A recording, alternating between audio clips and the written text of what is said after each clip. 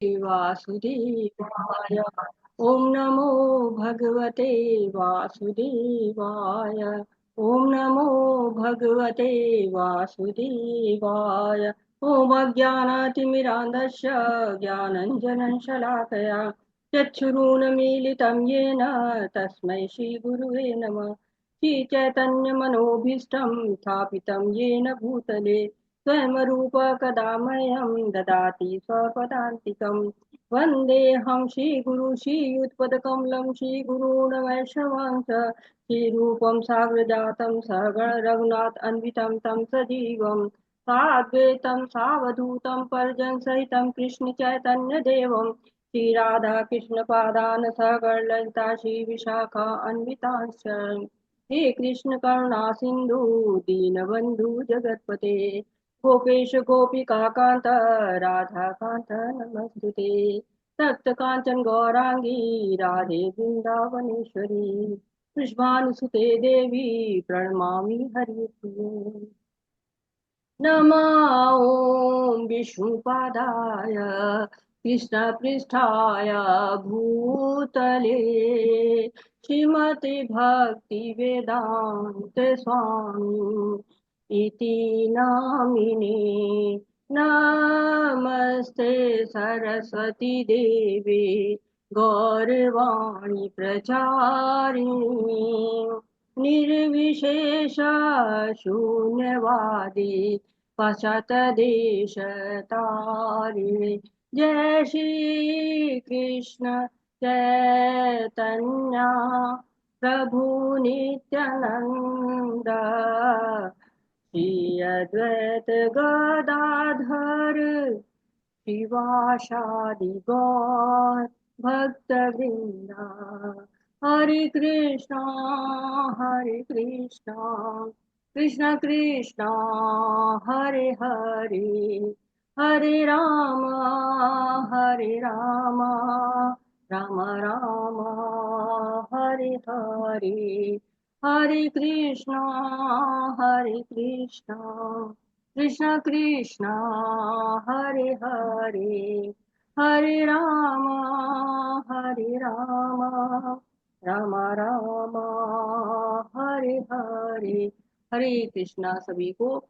और इस अध्याय को सब शुरू करने के पहले, जो हमारा सेशन है, इसको शुरू करने के पहले मैं अपने आध्यात्मिक गुरु शील प्रभुपाद जी को, जगत गुरु जो हैं, उनको नमन करती हूँ। साथ ही श्री श्री राधा गोविंदा मंदिर के अध्यक्ष और हमारे इस ऑनलाइन पाठ्यक्रम के जनक नमो निष्ठा दास प्रभु जी को नमन करती हूँ। तथा साथ ही साथ अपने सभी शिक्षा गुरुओं को, सभी दीक्षा गुरुओं को नमन करती हूँ। और आप सभी भक्तों को पांचांग प्रणाम करती हूँ। और हरे कृष्ण सभी। तो शुरू करते हैं आज का सेशन। हरे कृष्णा पढ़ते हैं। शुरू करो माता जी। जी ठीक है। हरे कृष्णा। प्रभुपाद जी की जय। प्रभुपाद जी के द्वारा श्रोतम चक्षुः स्पर्शनम चारसनम घ्राणमेव च अधिष्ठाय मनश्चायं विषयानुपसेवते। हरे कृष्णा। आशा माता जी पढ़िए माता जी। हरे कृष्ण माता जी। इस प्रकार दूसरा स्थूल शरीर धारण करके जीव विशेष प्रकार का कान, आंख, जीभ, नाक तथा स्पर्श इंद्रिय त्वचा प्राप्त करता है, जो मन के चारों ओर संपुलित है। इस प्रकार वह इंद्रिय विषयों के एक विशिष्ट समुच्चय का भोग करता है। हरे कृष्ण जी। हरे कृष्णा माता जी। हरे कृष्णा। तो यहाँ पर शुरू करने के पहले हम 15वां अध्याय पढ़ रहे हैं। हम थोड़ा सा देखते हैं कि कल हमने क्या पढ़ा था। तो कल हम 14वें अध्याय का हमने निष्कर्ष किया था। और उस निष्कर्ष में ये आया था कि पूरे 14वें अध्याय का ही एक तरह से निष्कर्ष है कि हम गुणों से पार पा जाए। ये माया का अध्याय, गुणों का अध्याय था कि तीन गुण हैं, सतोगुण, रजोगुण और तमोगुण के क्या लक्षण हैं, उनमें जो बधा व्यक्ति कैसे कार्य करता है, उसकी गति क्या होती है, उसे कौन से लोग प्राप्त होते हैं, और गुणातीत हम हो कैसे सकते हैं।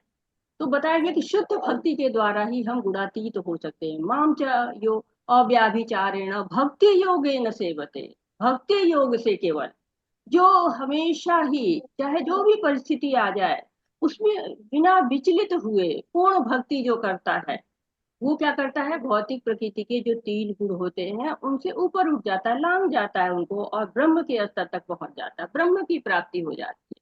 देखिए, एक भक्त क्या है, ब्रह्म साक्षात्कार नहीं चाहता है, वो क्या चाहता है, सेवा करना चाहता है, कृष्ण की सेवा करना चाहता है। और भगवान भी इस चीज को बता रहे हैं, क्या कहते हैं, ब्रह्मणो ही प्रतिष्ठा हम। जो ये निराकार ब्रह्म है, उसका आश्रय कौन है, मैं हूँ, हर चीज का आश्रय होता है। तो जो ब्रह्म है, उसकी आश्रय कौन है, परम ब्रह्म है, भगवान है। तो ब्रह्म का आश्रय कौन हो सकता है, परम ब्रह्म ही हो सकते हैं।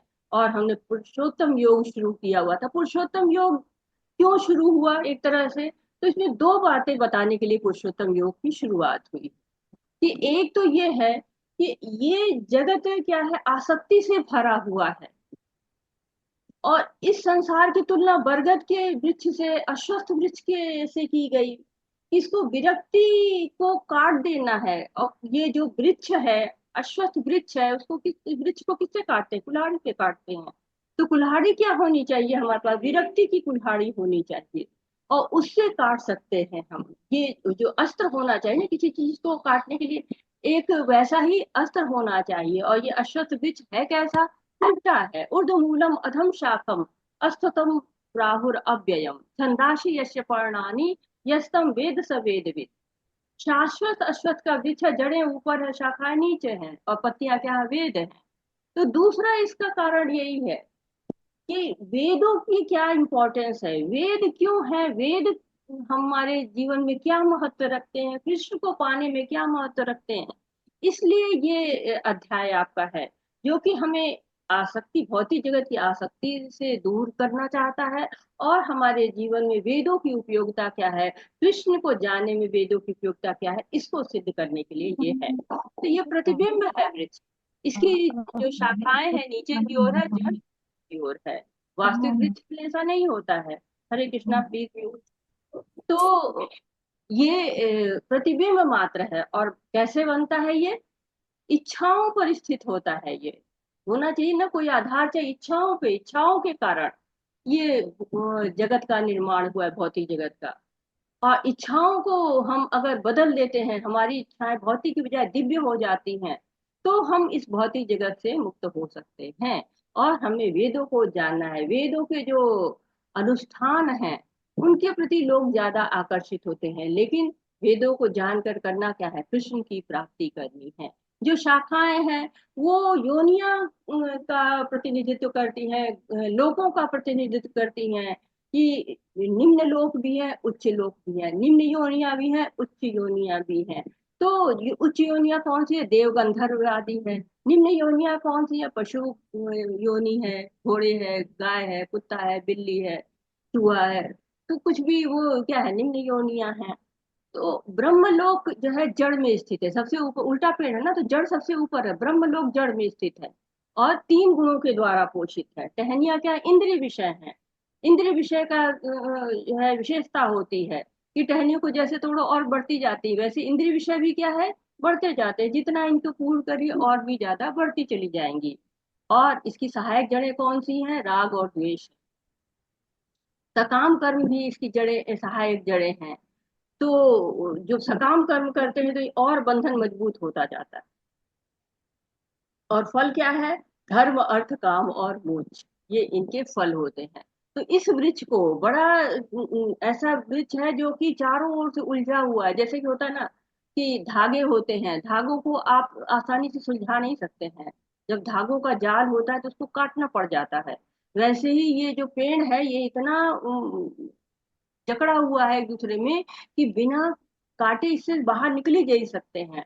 तो इसके लिए क्या करना है हमको, निर्माण मोहाजित संग दोषा, मोह से खत्म होना है, असंगत से दूर होना है, आध्यात्म नित्या विनिवर्त कामा, शाश्वत जो आध्यात्म है उसको पालन करना है।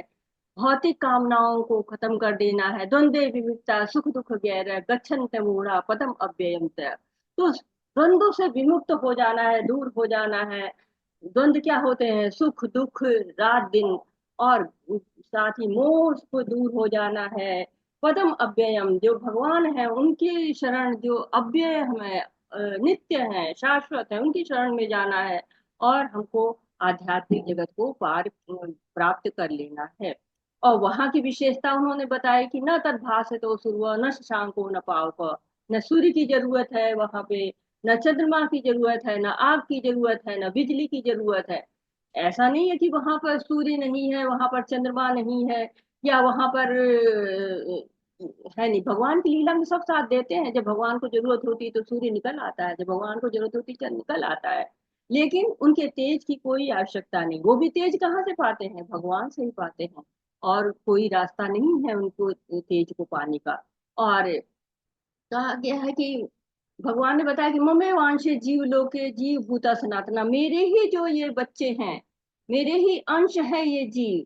लेकिन मनसष्ठानि इंद्रियाणि, क्या करते हैं ये जो मन के साथ जो छह इंद्रियां मिल जाती हैं, मन उनका स्वामी हो जाती, पांच इंद्रियां हैं और छठा उनका स्वामी जो है वो मन हो जाता है। ये छह मिलके क्या करते हैं?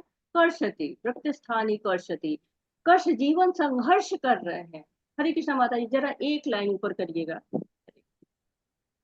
हाँ बस बस बस, नहीं इतना नहीं, और बस आखिरी लाइन देखनी है तात्पर्य की। हाँ, क्योंकि देहांतरण की प्रक्रिया तथा शरीर में रहते हुए संघर्ष करने को कर्षति अर्थात जीवन संघर्ष कहते हैं। तो यहाँ पे प्रभुपाद जी ने बहुत सरल भाषा में बता दिया है कि जीवन संघर्ष किसको कहते हैं और कर्षति से क्या तात्पर्य है भगवान का। तो ये जीवन संघर्ष, हम कितना कष्ट सहते हैं, कितने द्वंद्व सहते हैं, कितनी तरह की योनियों में भ्रमण करते हैं, कितने लोकों में भ्रमण करते हैं, जबकि है क्या है हम उस परम पिता परमेश्वर के बच्चे हैं। एक डॉक्टर था, एक राजा था वो। तो राजा बहुत ज्यादा धन इकट्ठा कर लिया था, बहुत ज्यादा, वो विश्व का राजा बन बैठा था। डॉक्टरों ने बताया उसको कि तुम बस 5 दिन जीवित रहोगे। उसने कहा कि मेरी आखिरी इच्छा ये है कि जब मैं मरूं तो मुझे उठाकर डॉक्टर लोग शमशान तक ले जाए, और जो सारा सोना चांदी मैंने कमाया है सब सड़कों पर बिखेर दिया जाए, जो जो युद्ध जीत के मैं पाया हूँ। और जब मैं शमशान जाऊं तो मेरे हाथ बाहर हो, मेरी मुट्ठी खुली। मंत्री सोच रहे राजा ये क्या कह रहे हो, डरते डरते पूछता है मंत्री, राजा आप ऐसा क्यों कर रहे हैं? राजा कहते मैंने अपना पूरे जीवन युद्ध किया, बहुत लोगों को कष्ट दिया, बहुत धन इकट्ठा किया।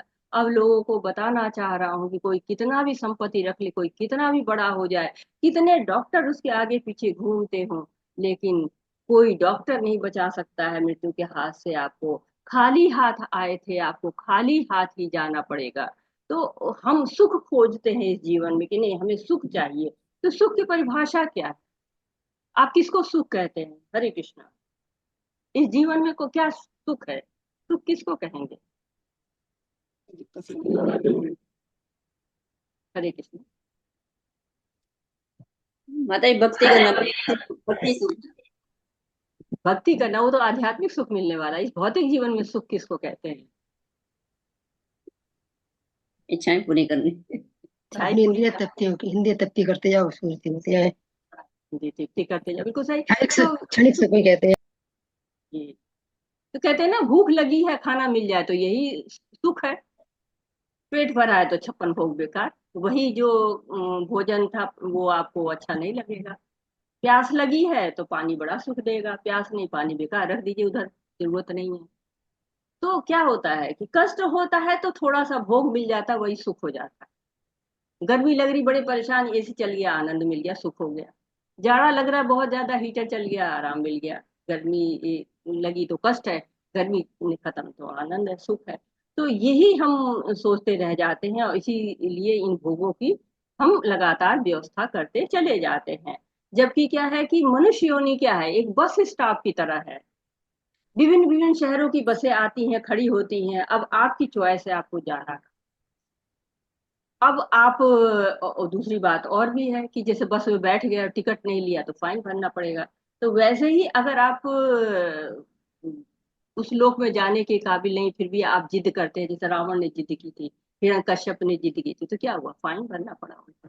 तो इस तरह से हम शरीर को तरह तरह की शरीर धारण करते हैं, तरह तरह की योनियां धारण करते हैं हम। कहते हैं कि हर योनि की अपनी एक अलग नाक होता है, एक अलग कान होता है, एक अलग आंख होती है। तो जैसी हमारी चेतना होती है, उसमें जैसे भौतिक गुण मिल जाते हैं, हमारी चेतना वैसे होती है। चेतना तो बिल्कुल शुद्ध होती है ना। लेकिन हमने पढ़ा है कि 5 स्तर की चेतना होती है, अन्नमय, प्राणमय, और साथ ही साथ ज्ञानमय, विज्ञानमय, मनोमय। तो ये चेतनाओं का स्तर होता है। तो पानी तो शुद्ध होता है, आत्मा शुद्ध होती है, चेतना शुद्ध होती है। जितनी भौतिकता मिलाते जाते हैं, उसी के अनुसार हमको नाक का नाक मिल जाता है। कभी चूहे की नाक मिल गई, कहीं उल्लू की आंख मिल गई, कहीं तितली की आंख मिल गई, कहीं की हाथी की सूंड मिल गई, मछली का त्वचा मिल गई। तो जहाँ जैसे जैसे हम जाते हैं, जहां जहां उसकी यूनिफॉर्म होती है। स्कूल की अलग यूनिफॉर्म है, नहाने की अलग कॉस्ट्यूम हो जाती है, पार्टीज की अलग ड्रेसेस हो जाती हैं। तो जैसा हम चाहते हैं भोगना, वैसा ही हम शरीर धारण करते चले जाते हैं। हरे कृष्णा माता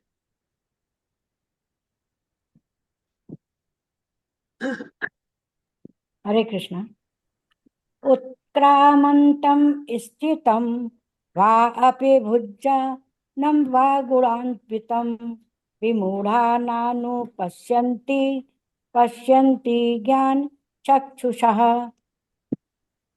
मूर्ख ना तो समझ पाते हैं कि जीव किस प्रकार अपना शरीर त्याग कर सकता है, ना ही भी ये समझ पाते हैं कि प्रकृति के गुणों के अधीन वह किस तरह के शरीर का भोग करता है।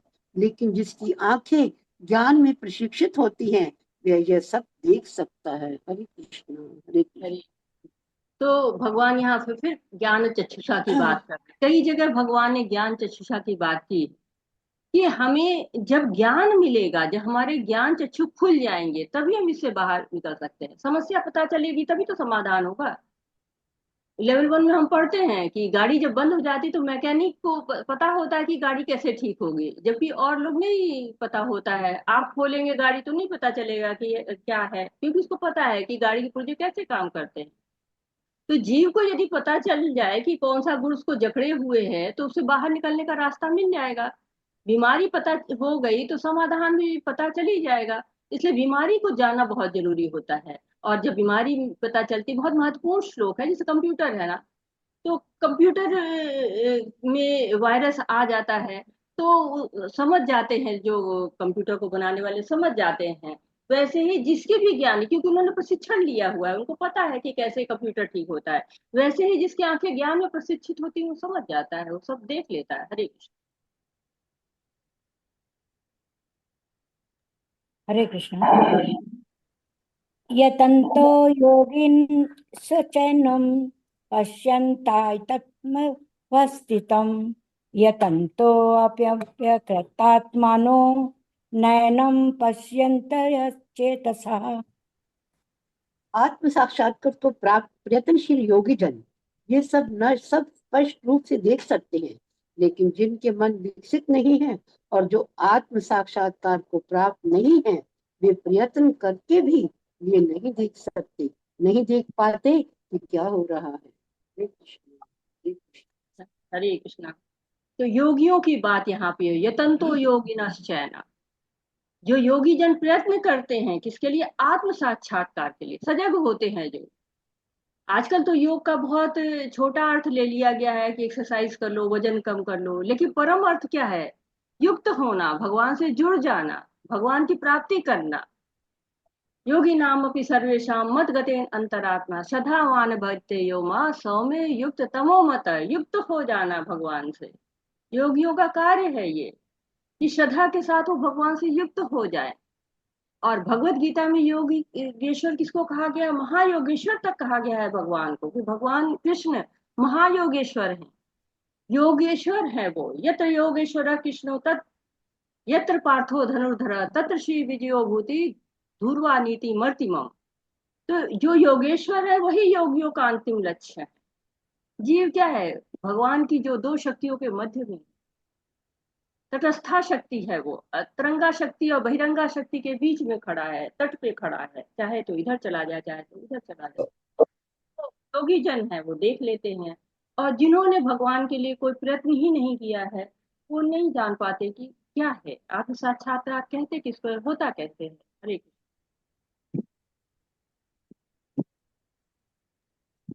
हरे कृष्ण। यदादित्यगतं तेजो जगद्वासयते अखिलं यच्चन्द्रामसि यच्चन्नज्ञो तन्तेजो विधिमामकम्।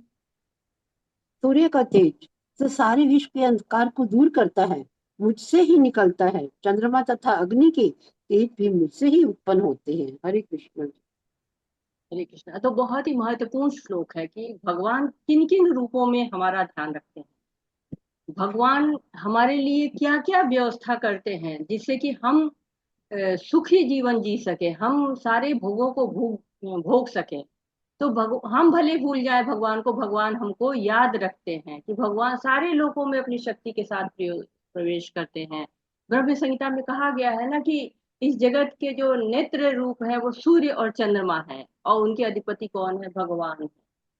तो विज्ञान बताता है कि हाँ ये सारे ग्रह अपनी अपनी कक्षा में स्थापित है, चक्कर काट रहे हैं, लेकिन ये सिद्धांत बनाए किसने है ये कोई नहीं बता पाता है।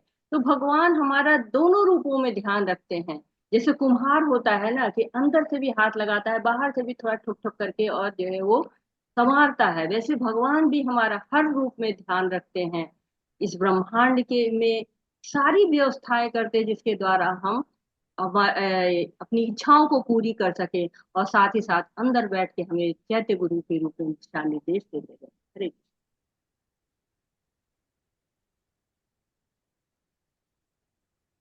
हरे कृष्ण। गामाविश्य च भूतानि धारयाम्य मोजसा पुष्पामि चौषधिः सर्वः सोमो भूत्वा रसात्मका। हरे मैं कृष्ण। प्रत्येक लोक में प्रवेश करता हूँ और मेरी शक्ति से सारे लोग अपनी कक्षा में स्थिर रहते हैं। मैं चंद्रमा बनकर समस्त वनस्पतियों को जीवन रस प्रदान करता हूँ। हरे कृष्ण जी। हरे कृष्णा। तो भगवान क्या कह रहे हैं कि मैं चंद्रमा बन के सारे वनस्पतियों को रस प्रदान करता, जो वनस्पतियों में स्वाद है ना चंद्रमा के कारण है। हर किसी चीज का स्वाद ले पाते हैं तो भगवान की कृपा के कारण है। हम आंख बंद करके बता सकते हैं कि हम क्या खा रहे हैं, हम कौन सी सब्जी खा रहे हैं, हम कौन सा फल खा रहे हैं, केला खा रहे हैं, आम खा रहे हैं, नींबू खा रहे हैं, संतरा खा रहे हैं, या फिर बैगन खा रहे हैं, गोभी खा रहे हैं, मतलब सबका स्वाद अलग अलग है। आयुर्वेद भी इस चीज को मानता है कि भगवान ही ये सब, जो चंद्रमा है वही सब जगह इस स्वाद को देने वाला है। जो औषधियां हैं वो भी चंद्रमा के कारण है, तो सारी शक्तियां चंद्रमा के कारण है, और सारे ग्रह नक्षत्र सब कुछ भगवान के कारण है। विज्ञान तो केवल यही बताता है कि हाँ ये सिद्धांत है, इसके अनुसार ये चंद्रमा यहाँ चक्कर काट रहा है, सूर्य यहाँ चक्कर काट रहा है, लेकिन वो ये नहीं बताते कि उसका आधार कौन है, उसका मुख्य उस सिद्धांत को बनाने वाला कौन है।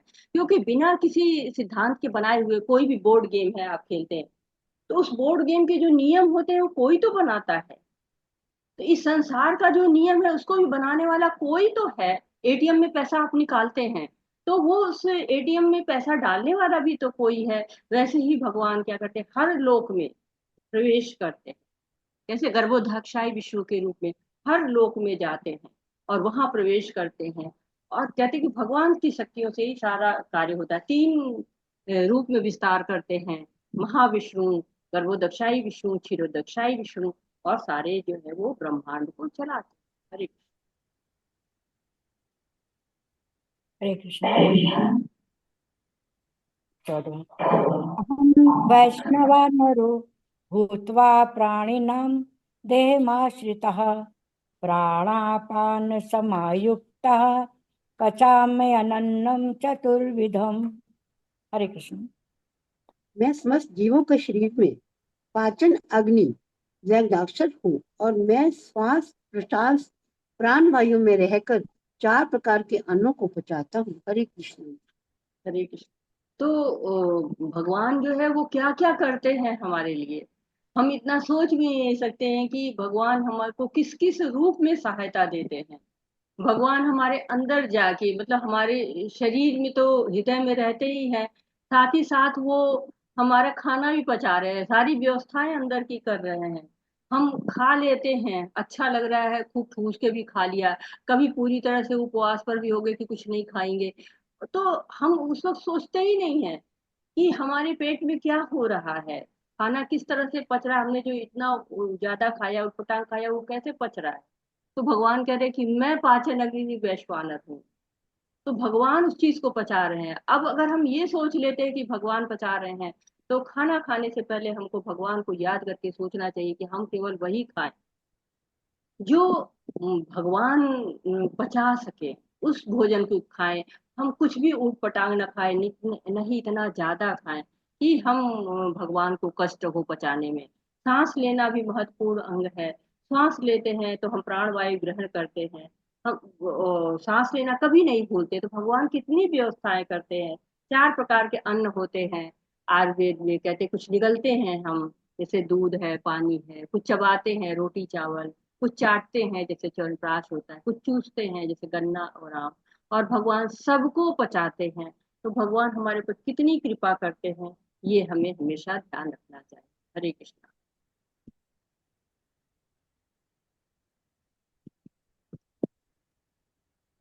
हरे कृष्णा।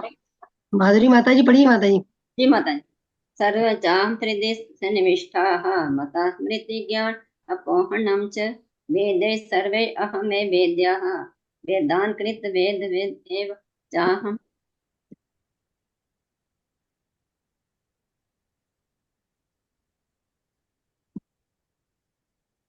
हरे कृष्णा माता जी, बीच में टोक रहा हूँ, इसको ऐसे नहीं पढ़ते, इसको ऐसे पढ़िए।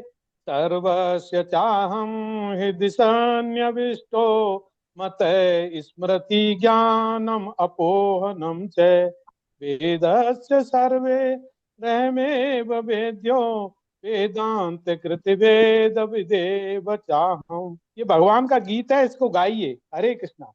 बहुत सुंदर प्रभु जी। बहुत सुंदर।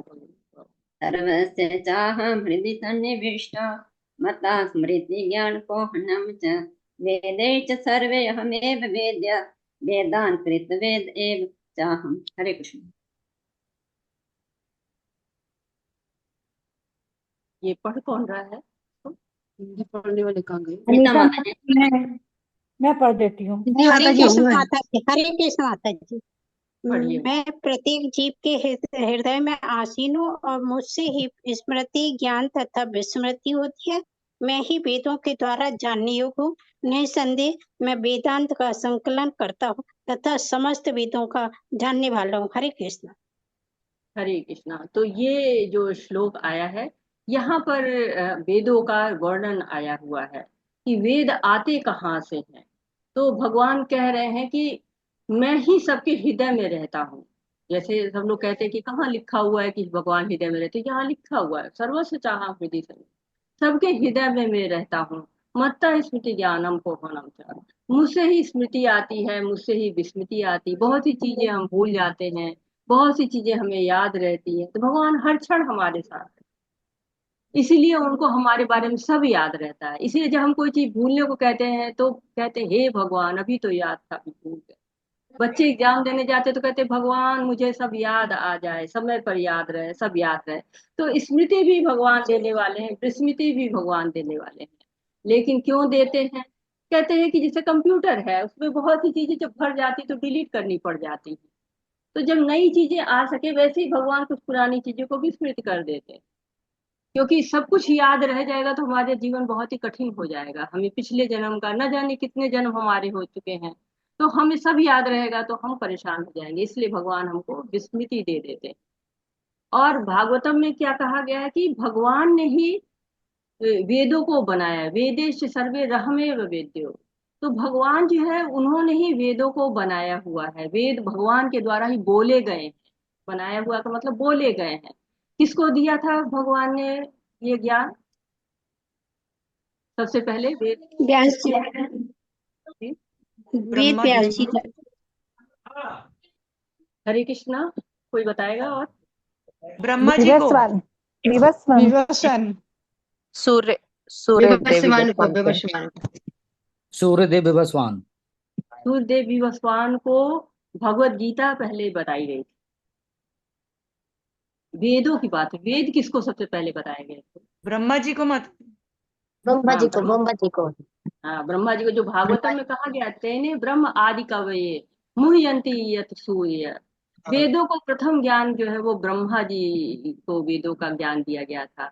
और वेदों का उद्देश्य क्या है? भगवान को जानना। वेदों को पढ़ के भगवान की शरणागति लेनी है, लेकिन उसका गलत अर्थ लोग निकालते हैं। प्रभुपाद जी कहते हैं कि जो गलत अर्थ निकालने को क्या कहते हैं? गधा कहते हैं कि गधे के ऊपर चाहे चंदन रखो या साधारण लकड़ी, सब बोझ ही हो जाता है। वैसे ही वेदों को पढ़ के भगवान को ना जाने तो वेद पढ़ने का लाभ ही क्या है? तो भगवान कह रहे हैं कि मैं ही वेदों को संकलन करता भी हूँ, मैं हूँ वेदों के द्वारा जानने योग्य भी हूँ। और वेदों का ज्ञान प्राप्त करके, क्योंकि वेदों में कर्म कांड बहुत लिखा हुआ है, तो लोग सोचते हैं कि यही वेद है। कर्म कांड क्यों है? क्योंकि जीव हमेशा कर्म कांड की ओर आकर्षित होता है। तो भगवान चाहते थे कि कर्म कांडों को करते करते जीव सीधे धीरे धीरे भगवान की तरफ आ जाए। ज्ञान का लक्ष्य वेदों का क्या है? भक्ति ही है। उद्देश्य क्या है? भगवत धाम जाना है। तो वेदों को इसीलिए पढ़ना है ताकि हम भगवत धाम जा सके, और दूसरा कोई उद्देश्य उसका नहीं है। कर्म कांड उसका उद्देश्य नहीं है। हरे हरे कृष्ण। पुरुषो लोके क्षरः अक्षर एव च क्षरा सर्वाणि भूतानि कूटस्थ अक्षर उच्यते। माता जी ऊपर कर दीजिए। जीव, हरे कृष्णा। जीव दो प्रकार के हैं, च्युत तथा अच्युत। भौतिक जगत में प्रत्येक जीव च्युत क्षर होता है और आध्यात्मिक जगत में प्रत्येक जीव अच्युत अक्षर कहलाता है। हरे कृष्णा। हरे कृष्ण। तो जब आप भौतिक जगत में यहाँ पर नजर डालते हैं तो हमें अनेक जीव दिखते हैं। कुछ पानी में रहते हैं, कुछ आकाश में रहते हैं, कुछ पृथ्वी पर रहते हैं। तो भगवान ने जीव को दो श्रेणियों में बांटा है, च्युत और अच्युत। तो च्युत यानी कि क्षर, वो जीव जिसका क्षरण होता है, जिसके शरीर में परिवर्तन होता है, 6 परिवर्तन होते हैं। कौन से 6 परिवर्तन होते हैं? हरे कृष्णा। माता जी वही जन्म लेते हैं, पर जन्म बूढ़े होते लेना, जन्म हैं, लेता है, बढ़ता है, फिर आते युवा, हैं, बढ़ते हैं। जी माता जी। बाल्यावस्था, युवावस्था, ये किशोरावस्था, हाँ, वृद्धावस्था को प्राप्त होता है, अंत में क्षय हो वृद्धावस्था जाता तक भी क्षय हो जाता एक लोग बोली तो स्पष्ट हो, 2 लोग बोले तो स्पष्ट नहीं हो रहा कि क्या बोल रहे हैं। बोलिए ललिता माता जी, बोलिए आप। है। हरे कृष्ण माता जी। बच्चा जन्म लेता है, फिर खाता पीता है, बड़ा हो जाता है, फिर उसके बाद उसका पालन पोषण होता है, फिर युवावस्था आती है, फिर उसका क्या होता है? शादी होती है, फिर उसका शायद बुढ़ापा आता है और फिर उसका नाश हो जाता है, शरीर खत्म हो जाता तो जन्म होती है, फिर जन्म होता है, फिर धीरे वृद्धि होती है उसकी, फिर थोड़ा बड़ा और होता है, फिर उसका प्रजनन होता है, संतानोत्पत्ति करता है, फिर क्षय होता है, फिर मृत्यु हो जाती है। तो ये क्या होता है? क्षरण होता है। ये परिवर्तन धीरे धीरे क्षरण की तरफ ले जाता है। और अच्युत क्या? अक्षर, जिसका क्षरण नहीं होता है, अर्थात जो अपने पद से कभी नहीं गिरता है। जो भगवान के धाम में जो पद प्राप्त होता है वो वास्तविक पद होता है। भौतिक जगत में तो बहुत सारे पद मिलते हैं, लेकिन क्या होते हैं? समय के साथ सब नष्ट हो जाते हैं। तो यहाँ पे उन लोगों की बात की जा रही है जो लोग एक तरह मुक्त जीव हो जाते हैं, सिद्ध जीव हो जाते हैं, उनकी बात यहाँ पर की जा रही है। तो 2 तरह के पुरुष होते हैं, जो कि एक तो क्षर जीव होते हैं और दूसरे अक्षर जीव होते हैं, च्युत और अच्युत, जिसको नाम दिया है। च्युत का मतलब जो क्षरण जिनका होता है, अच्युत का मतलब जो अपने स्थान से नीचे नहीं गिरते, अक्षर ब्रह्म कहलाते हैं। तो ये बहुत उच्च चीजें हैं, लेकिन प्रभुपाद कितने आसानी से, सीधे तरीके से, बड़ी आसानी से इन बातों को समझा देते हैं कि जो च्युत होते हैं वो एक अवस्था में नहीं रहते, उनका पतन होता रहता है। लेकिन जो अच्युत होते हैं वो एक स्थिति उनकी होती है, वो उस स्थिति से कभी भी नीचे नहीं आते हैं।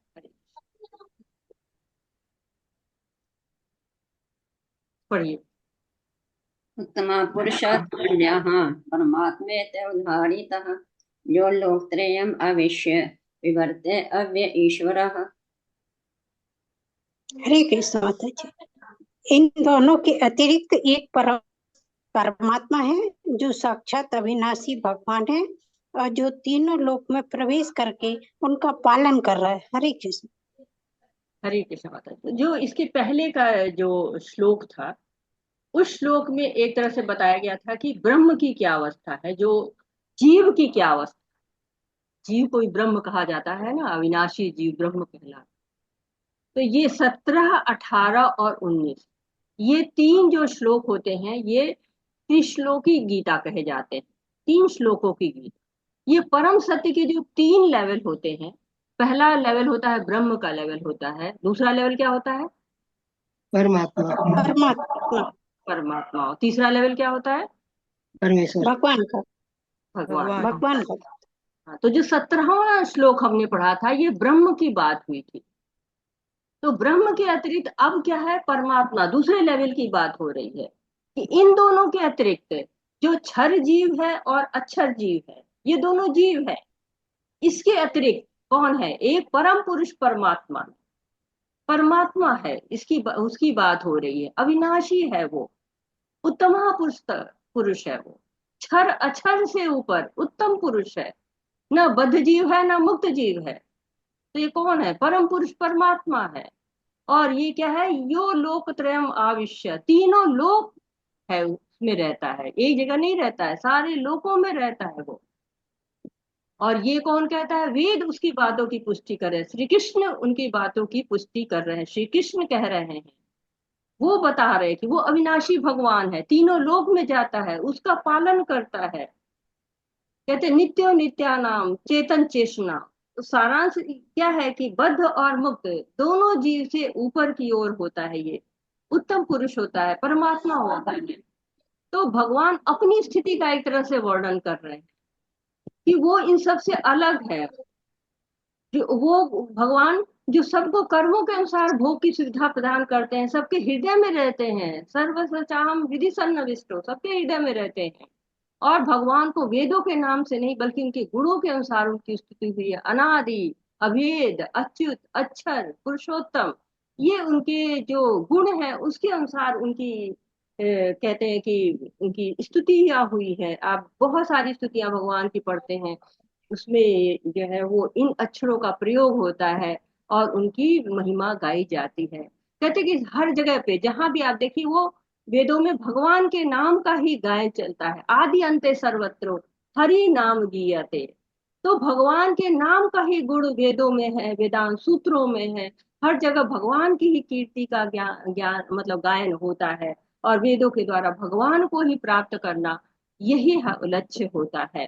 अब इस त्रिश्लोकी गीता का सबसे आखिरी जो है भगवान का वर्णन हो रहा है। अब भगवान पधार रहे हैं। हरे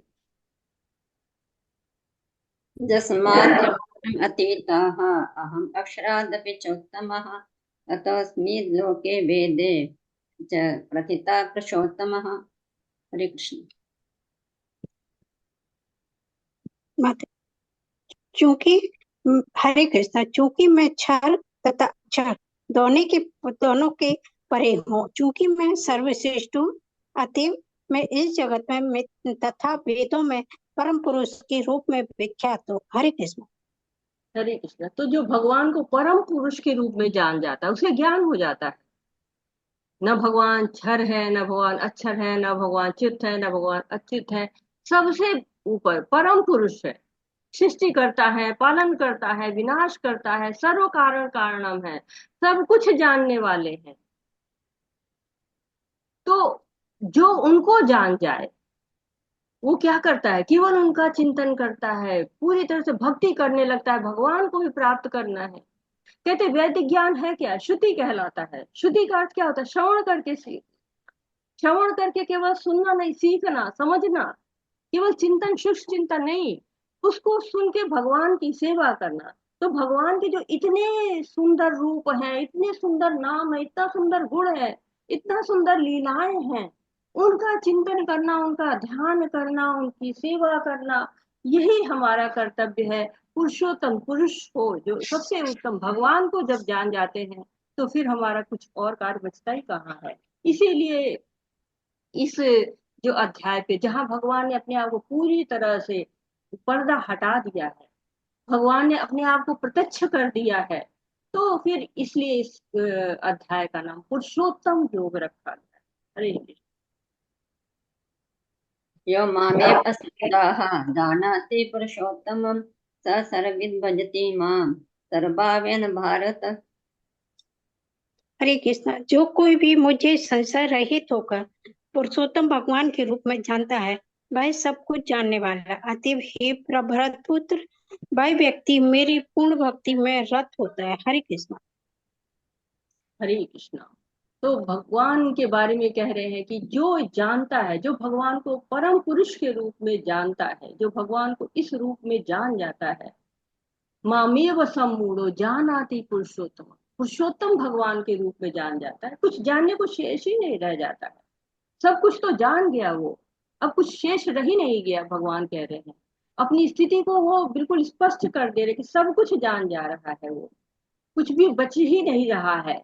तो जो भगवान को जानेगा क्या करेगा? भक्ति करेगा, भगवत धाम जाएगा।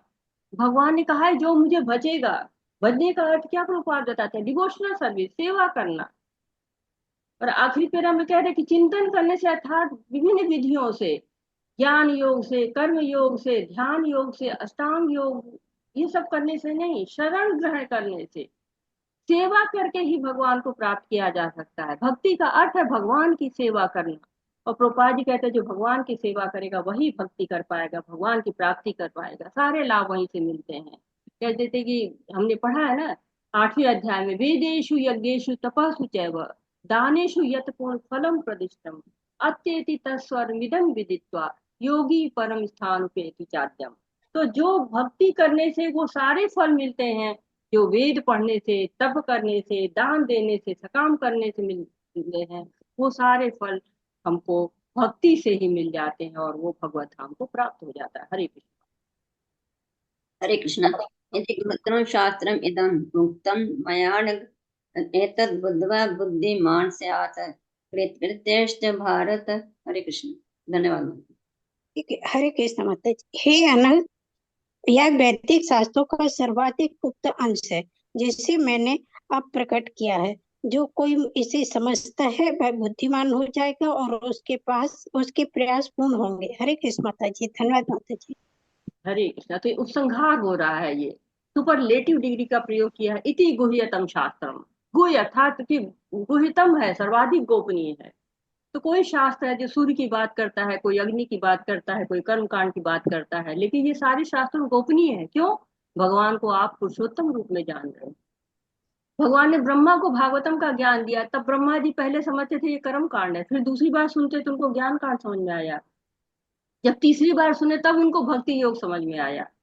तो इदम उक्तम में अनघ, तुम अनघ हो, ईर्ष्यालु नहीं हो, पवित्र हो, पाप रहित हो। अर्जुन को कह रहे हैं भगवान, पहले भी कह चुके अनसूये, इदम तूते गुह्यतम प्रवक्ष्यामि अनसूये, कि तुम क्या हो, तुम ईर्ष्या नहीं करते हो, इसलिए मैं तुमको ये बता रहा हूं। तो तुम, भगवान अर्जुन की भी महिमा कर रहे हैं कि तुम अनघ हो, निष्पाप हो, तुम ईर्ष्या रहित हो, इसलिए मैं तुम्हें ये सबसे गोपनीय ज्ञान दे रहा हूँ।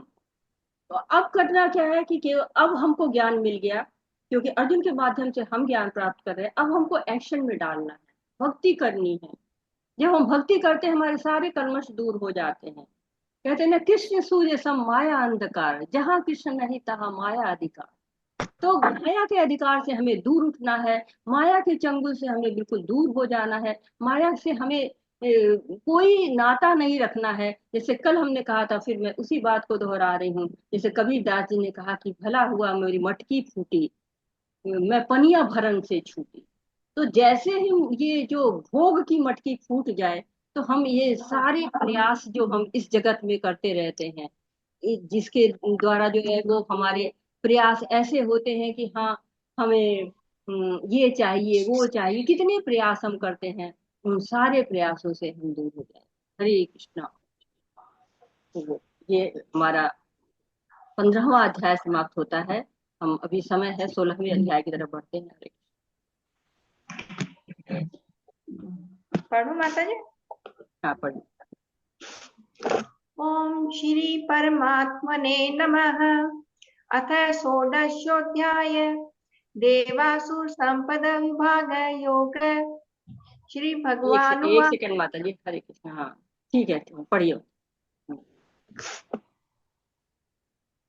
अभियम सत्व संशुद्धि ज्ञान योग व्यवस्थित दानम दमश्च यज्ञश्च स्वाध्यायस्तप आर्जवम् अहिंसा सत्यम अक्रोध त्याग शांतिर अपेशुनम दया भूतेष्व अलोलुप्त्वं मार्दवम हि अचापलम तेज क्षमा गति शोचम अद्रोहो न अतिमानिता भवन्ति संपदम देवीम अभिजातस्य भारत। हरे कृष्ण।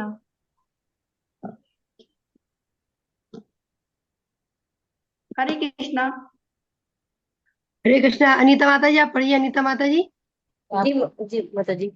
श्री रूपा भगवान ने कहा हे भरत पुत्र, निर्भरता, आत्मशुद्धि, आध्यात्मिक ज्ञान का अनुशीलन, दान, आत्म संयम, यज्ञ परायणता, विद्या अध्ययन, तपस्या, सरलता, अहिंसा, सत्यता, क्रोध विहीनता, त्याग, शांति, छिंदावेशन में अरुचि, समस्त जीव पर करुणा, लोभहीनता, भद्रता, लज्जा, संकल्प, तेज, क्षमा, धैर्य, पवित्रता, ईर्ष्या, धन, सम्मान की अभिलाषा से मुक्ति, ये सारे दिव्य गुण हैं जो दैवी प्रकृति से संपन्न देवतुल पुरुषों में पाए जाते हैं। हरे कृष्ण माता जी। हरे कृष्णा। तो अब हम जो है 16वें अध्याय पे आ गए हैं, जिसका नाम है दैवी तथा आसुरी स्वभाव। तो नाम से ही पता चल जा रहा है कि हम दो संपदाओं के बारे में बात करेंगे, दैवी संपदा के बारे में और आसुरी संपदा के बारे में। अब दैवी संपदा तक तो ठीक है, लेकिन आसुरी भी संपदा है, ये थोड़ा सा आश्चर्यजनक लगता है, लेकिन आसुरों को वही संपदा लगती है।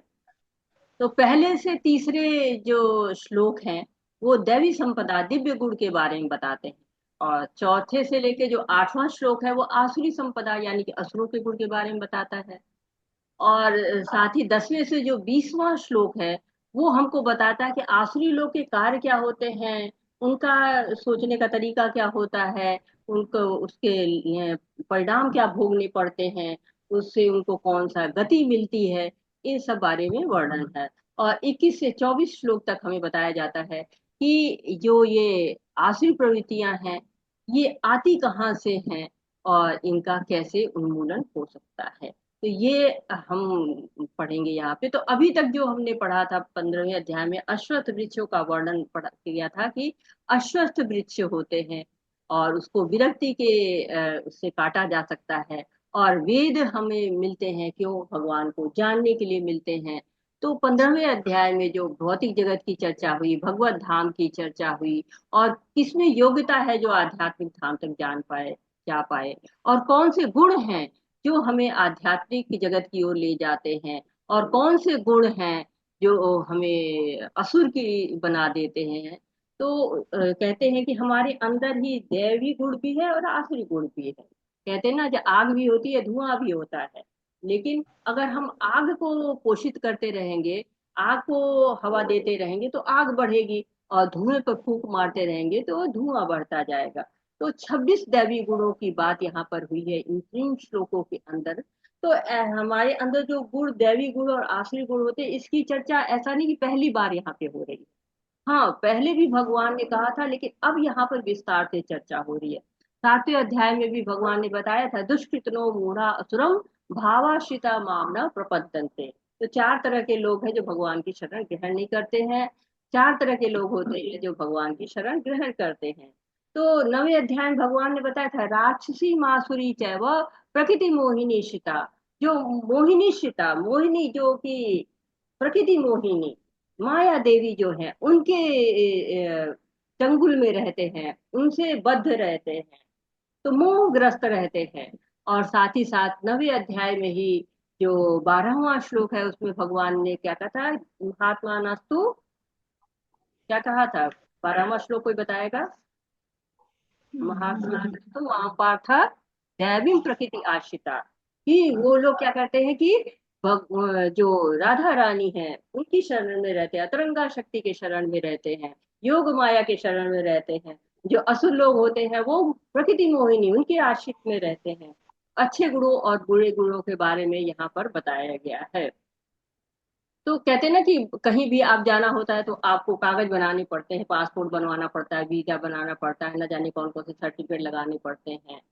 और लेकिन भगवत धाम जाने के लिए भी कुछ ना कुछ तो गुण चाहिए, बिना डॉक्यूमेंटेशन के कैसे जाएंगे? ऐसा तो है नहीं कि सबको आध्यात्मिक गुण वो जो जगत है वो खुला है कि नहीं नहीं आप भी आ जाओ आप भी आ जाओ, ऐसा नहीं है। वहां पर भी कुछ चाहिए, कुछ गुण होंगे तभी आप वहां पहुंच सकते हैं। तो वो गुण क्या है यहाँ पर लिखा गया है कि अभयम सत्व संशुद्धि, अभयम निर्भय हो जाए, बिल्कुल जिसको डर ही ना रहे। अवश्य रक्षिबे कृष्ण, जब भगवान रक्षा करेंगे। प्रहलाद महाराज हैं, बताइए, इतने छोटे बच्चे, ध्रुव महाराज जंगलों में जाके ढूंढ रहे भगवान का, भगवान का। ध्रुव जी पीछे पीछे भालू शेर के पीछे भाग रहे हैं, तुम भगवान हो भगवान हो, सबको भगवान समझ रहे हैं। प्रभुपाद जी क्या था, अभयम, जेब में कोई पैसा नहीं, उम्र इतनी ज्यादा बढ़ गई है और उसके बावजूद भी चले गए विदेशों में। विदेश में कोई साधन नहीं अच्छा, इससे हवाई जहाज से जाते हैं कम समय में लगता है। जब हम पानी के जहाज से जाते हैं तो एक तो वो यात्री जहाज नहीं था, मालवाहक जहाज था, उसमें कोई विशेष सुविधा नहीं होती है।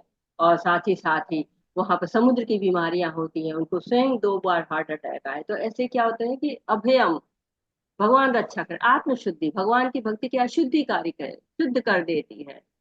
और साथ ही साथ कहते हैं ना कि दैवी गुण जो होते हैं ये प्रभुपाद जी वर्णाश्रम के अनुसार बता रहे हैं। तो ऐसा है कि कुछ ऐसे गुण है जो कि मतलब ब्राह्मण के हैं, कुछ क्षत्रिय के हैं, कुछ वैश्य के हैं, कुछ शूद्र के हैं। तो ऐसे या इस तरह कहते आश्रमों के हैं, कुछ ब्रह्मचारी आश्रम के हैं, कुछ संन्यास आश्रम के हैं, कुछ गृहस्थ आश्रम के हैं, कुछ वानप्रस्थ आश्रम के। तो एक तरह से ये प्रभुपाद जी इसको वर्णाश्रम के अनुसार भी थोड़ा उन्होंने इन गुणों को बताया है। सत्य संशुद्धि, कि अपने अस्तित्व की शुद्धि, जो कामनाएं हमारी है, आंतरिक है चाहे बाह्य है, उन कामनाओं को हम लिमिट में करें, शुद्धता से करें। चेतो दर्पण मार्जनम, हम जो हमारा ये चित्त रूपी दर्पण है इसको साफ करें। मनसा वाचा कर्मणा से इस संसारी भोगों से दूर रहें, सबको समभाव से देखें। और मन को अपवित्र करने वाले न हम शास्त्र पढ़ें, न अपनी वाणी को अपवित्र करें। तो ये शुद्धि, ज्ञान योग व्यवस्थित, ज्ञान का अनुशीलन करें।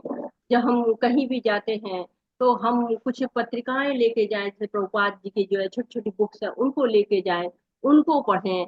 और भौतिक जीवन में न जाने कितनी तरह तरह के लिटरेचर आपको मिलते हैं, लेकिन वो आपको भगवान की तरफ नहीं ले जाते हैं। दान दमश्य यज्ञ, दान बहुत महत्वपूर्ण है आध्यात्मिक जीवन के लिए, गृहस्थ के लिए। और दान देने की मुख्य बात ये है कि दान उचित काल में, उचित परिस्थिति में, उचित व्यक्ति को दिया जाए। और साथ ही साथ कहते हैं ना कि शेयरिंग इज केयरिंग, तो हमें दूसरों को शेयर करनी चाहिए, चीजों को देने की आदत डालनी चाहिए। बच्चों में हम कहते हैं ना कि शेयर करो शेयर करो, तो हमें उसी तरह से अपने जो हम धन है उसमें से कुछ निकालना सीखे। गृहस्थ के लिए दान बहुत आवश्यक बताया गया है। कहते हैं जितना दान देंगे उतना ही दैवी स्वभाव को प्राप्त करेंगे, करुणा आएगी, दया आएगी, इंद्रियों पर दमश, इंद्रियों पर नियंत्रण आएगा, आत्मसंयम आएगा। तो जो ज्ञान योगी होते हैं, अष्टांग योगी होते हैं, तो बिना संयम के योगी हो ही नहीं सकते हैं। लेकिन गृहस्थ जीवन भी संयम का जीवन होता है, उसमें अच्छी संस्कृति को उत्पन्न करना है, कृष्णमय परिवार बनाना है। यज्ञ, बहुत सारे यज्ञ होते हैं, गृहस्थ भी यज्ञ करते हैं। लेकिन कहते हैं कि जो हरि नाम जप है, ये कलयुग का, कहते हैं कि कलयुग का युग धर्म है। हितो ध्यायतम विष्णु ते त्राम यजते मखई, द्वापरे परिचार्यम कलौ तद हर कीर्तनम। तो कलयुग का क्या है युग धर्म, कि हरि कीर्तन करिए, सारे कलमश को नाश करने वाला है। कहते हैं कि हरे नाम केवलम, कलौ नास्ते नास्ते नास्ते गतिर अन्य, नाम चिंतामणि कृष्ण चैतन्य रस विग्रह, नित्य शुद्धो नित्य मुक्तो, अभिन्नतम नाम नामिना। तो नाम की बड़ी महिमा है, स्वाध्याय करना चाहिए, ब्रह्मचर्य जीवन के लिए बहुत आवश्यक है, शास्त्रों का अध्ययन करना चाहिए। और ये सब गुण हम विकसित कर सकते हैं। और ये तप करना चाहिए, तप बहुत जरूरी है, वानप्रस्थों के लिए विशेष कर है तप करना। और कहते कि जब हम सिद्धांतों को समझ लेते हैं उनके अनुसार, जब हमारी जिम्मेदारियां पूरी हो गई नहीं रहे, तो हम तप कर सकते हैं। और ब्रह्मचारी लोग भी तप करते हैं। तो इस तरह से तप करना बहुत शरीर एकादशी जैसे हम करते हैं तप करते हैं।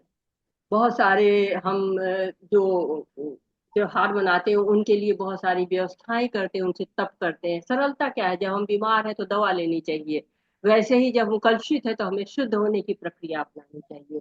तो ये हमें सरल रहना चाहिए, जितने हम सरल रहेंगे उतने हम कम उलझेंगे। आज जो हम सच्चाई, जितना सत्य के साथ रहेंगे उतने सरल रहेंगे, जितने झूठ बोलेंगे जीवन उतना ही जटिल होता जाता है। कहते कि ब्राह्मणों को विशेषकर सत्य बोलना चाहिए और वही बोलना चाहिए जो परम सत्य के बारे में बिल्कुल सही बोलना चाहिए। इस तरह अहिंसा क्या है, ब्राह्मणों के लिए है, क्षत्रियों के लिए नहीं है, क्योंकि क्षत्रिय का कार्य सुरक्षा करना है। जब रामायण में जब विश्वामित्र जी वाल्मीकि मुनि की सुरभि गाय ले जाने लगे तो उन्होंने हिंसा नहीं की, क्योंकि वो ब्राह्मण थे। क्षत्रिय का कार्य है ब्राह्मण की रक्षा करने। लेकिन हाँ, ऐसा नहीं कि ब्राह्मण शक्तिशाली नहीं हो या वो अपनी आत्मरक्षा नहीं कर सकते, लेकिन धर्म की रक्षा के लिए या कोई गलत कार्य का विरोध कर रहे हैं तो फिर ब्राह्मण करते हैं हिंसा, लेकिन वो ब्राह्मण जनरली हिंसा नहीं करते हैं, ये क्षत्रिय का कार्य है। अक्रोध, क्रोध से प्रभुपाद कहते हैं कि शरीर दूषित होता है, मन दूषित होता है। इसलिए जैसे बहुत से तपस्वी होते हैं ना, जिनको तप मिल जाता है तो क्या करते हैं, वो श्राप देना शुरू कर दिए। तप किया उन्होंने, सिद्धि मिल गई तो दूसरों का अनिष्ट करने लगे। तो क्रोध क्या होता है, मनुष्य को पतित करता रहता है। चाहे भौतिक क्रोध जो है वो मनुष्य का पतन ही करता है। आध्यात्मिक क्रोध करते हैं लोग, भगवान के लिए क्रोध करते हैं। जैसे हनुमान जी ने क्रोध किया था, रावण की लंका ही जला डाली थी। इसी तरह से जो अंगद थे वो भी बहुत क्रोध किया था, उन्होंने रावण को बहुत समझाने की कोशिश की थी। तो जो भक्त होता है वो भगवान के लिए क्रोध करता है, अपने लिए क्रोध नहीं करता। अपैश्रम, किसी को बहुत ही कठोर बोलना, ये अपैश्रम कहलाते हैं। लेकिन हमें जो भी भक्त होता है वो कठोर बातें नहीं करता है, दूसरों का दोष नहीं निकालना है। क्योंकि दोष निकालने की जगह, निंदा करने की जगह क्या करना है, अगर कोई कमी दिख भी रही है तो उसको उस तरह से ठीक करना है जैसे कि डॉक्टर ऑपरेशन करता है ठीक करने के लिए। लेकिन उस किसी की गलती पर, किसी की कमी पर हंसना, उसका मजाक उड़ाना नहीं। ही लज्जा, नम्रता, ये क्या है कि मनुष्य को ऐसा कार्य करना चाहिए जो कि समाज द्वारा स्वीकृत है, जिस समाज में रहता है। हर लज्जा क्या है, हर समाज का अलग अलग है। तो हम जिस समाज में रहते हैं उसके अनुरूप हमें लज्जा धारण करनी चाहिए। अचापलम, बेचैन रहते हैं कुछ लोग, इतने ज्यादा बेचैन रहते हैं ना, किसी किसी बच्चे को देखिए बहुत डांट रहते हैं, हमेशा हिलते रहते हो, चैन से बैठो। तो क्या होता है, फोकस नहीं है। जब फोकस हो जाता है तो क्या होता है, स्थिरता आ जाती है। जब हम भगवान की तरफ ध्यान रखते हैं तो स्थिरता आ जाती है। तेज क्या है, क्षत्रियो के लिए शक्तिशाली है, होते हैं वो। और शौचम, पवित्रता, मनसा वाचा कर्मणा की पवित्रता होनी चाहिए। नीतिमानता, मतलब हमेशा नीतियों के अनुसार कार्य करना है। अद्रोहो, जो है वो ईर्ष्या नहीं करनी चाहिए, घमंड नहीं करना चाहिए। समाज में इतनी विषमताएं आती क्यों है, इनकी जड़ क्या है, ईर्ष्या ही है। जब हम नीतियों के अनुसार आचरण करते हैं तो वहां व्यवस्था बनी रहती है। तो जैसे कि एक, ये संसार को सोचिए तो एक अस्पताल की तरह से है, इसमें बहुत सारी बीमारियां हैं। इस बीमारी को दूर करने के लिए क्या है, एक ही मार्ग है, भक्ति की मार्ग। तो हर जो डॉक्टर आता है हर मरीज को देखता है, उसके लिए अलग अलग दवाएं जो है वो देता है। उसी तरह भगवान हमारी उन्नति के लिए अलग अलग सुविधाएं हमको दे रहे हैं। हमको ये गुण बता रहे हैं कि हम इन गुणों को धीरे धीरे अपने में विकसित करते जाएंगे तो हम एक तरह से भगवान की तरफ अपने कदम को आगे बढ़ाते चले जाएंगे। तो त्याग क्या, संसार से अनासक्त हो जाना, इस संसार में आसक्ति नहीं रखना, ये जो है बहुत बड़ा त्याग होता है। दया होनी चाहिए, दूसरों के दुख से दुखी हो जाना, दूसरों के सुख से सुखी हो जाना। जो भक्त होता है वो ये दुख से ऊपर हो जाता है। क्षमा, कोई भी कोई आप अपने आप में योग्य है, अपने आप में आपके अंदर क्षमता है, लेकिन उसके बावजूद भी आप क्षमा कर देते हैं तो क्षमा कर देना चाहिए। लोभ नहीं होना चाहिए, अच्छा व्यवहार करना चाहिए लोगों को। तो ये जो सारे गुण होते हैं दैवी गुण कहे जाते हैं, और इन दैवी गुणों को अपने अंदर विकसित करना, ये भक्त का कार्य होता है। जितने लोग भक्त होना चाहते हैं जो भगवान के पास जाना चाहते हैं, उनको इन 26 गुणों को अपने आप में धारण करना है। तो कहते हैं ये गुण धारण करना इतना भी आसान नहीं है। क्यों? क्योंकि ये गुण बहुत दैवी है। जब इनको आप धारण करते चले जाएंगे तो आप देवता तुल्य होते चले जाएंगे, देवता की तरह समान होते चले जाएंगे। तो हमको अगर ज्यादा से ज्यादा दैवी संपदा के अधिकारी होना है, हमें इन लक्षणों को अपने आप में विकसित करना है। हरे कृष्ण।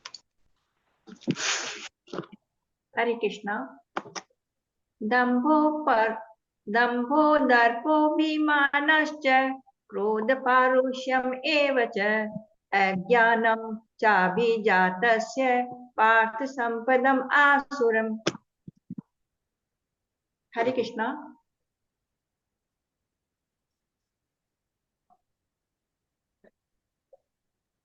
मैं पढ़ दूं माता जी, कोई हिंदी पढ़ने वाला नहीं है तो?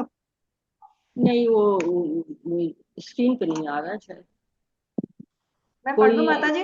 हरे कृष्ण माता जी। 3 बार नंबर आ हे पृथा पुत्र, दंभ दर्प अभिमान क्रोध कठोरता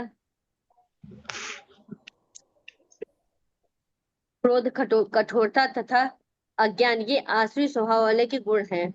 हरे कृष्ण। हरे कृष्णा। तो क्या बता रहे हैं कि ये जो गुण होते हैं वो तो दैवी लोगों के पास रहते हैं, लेकिन कुछ आसुरी लोग भी हैं, उनके अपने गुण होते हैं। आसुरी लोग का गुण क्या होता है? स्त्रियों का सम्मान नहीं करेंगे, बड़ों का सम्मान नहीं करेंगे। और जब देखिए कि विदुर जी थे तो वो वरिष्ठ थे। हरे कृष्णा। म्यूट हो गया।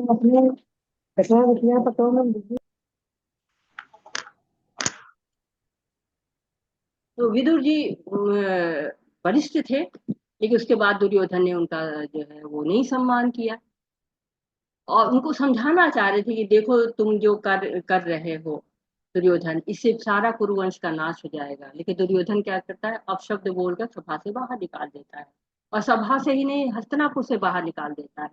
फिर कई सालों बाद विदुर महाराज आते हैं तो युधिष्ठिर की आंखों में आंसू हो जाते हैं। तो ये क्या दैवी स्वभाव है? दुर्योधन का आसुरी स्वभाव है, उसने अपने बड़े की इज्जत नहीं की, लेकिन युधिष्ठिर अपनी आंखों में आंसू ले लेते। तो दुर्योधन का जो द्रौपदी से द्वेष था, इतना चरम द्वेष था कि चीर हरण के समय दिखाया गया कि जमीन पर घसीटते हुए एक अंग वस्त्र में लाई गई वो स्त्री, जब सभा में, मतलब समझे कि एक रानी है वो, और उसको बहू है उस परिवार की, और उसको लेके आते एक अंग वस्त्र में। तो ये क्या है? दुर्योधन का आसुरी स्वभाव दिखाता है। तो जो आसुरी स्वभाव होते हैं उनका यहाँ पे गुण दिखाया जा रहा है। जो वहीं पर अर्जुन को देखिए कि अर्जुन के पास उर्वशी आती है, कहती कि मैं तुम्हारा साथ करना चाहती हूँ। अर्जुन कहते आप माता के समान हो हमारे, मैं आपके वंश का हूँ। आपका विवाह पहले पिछले जन्म में पुरुरुआ से हुआ था, उसी से पुरुवंश चला, फिर पुरुवंश, फिर पांडव वंश भी साथ में आ गया।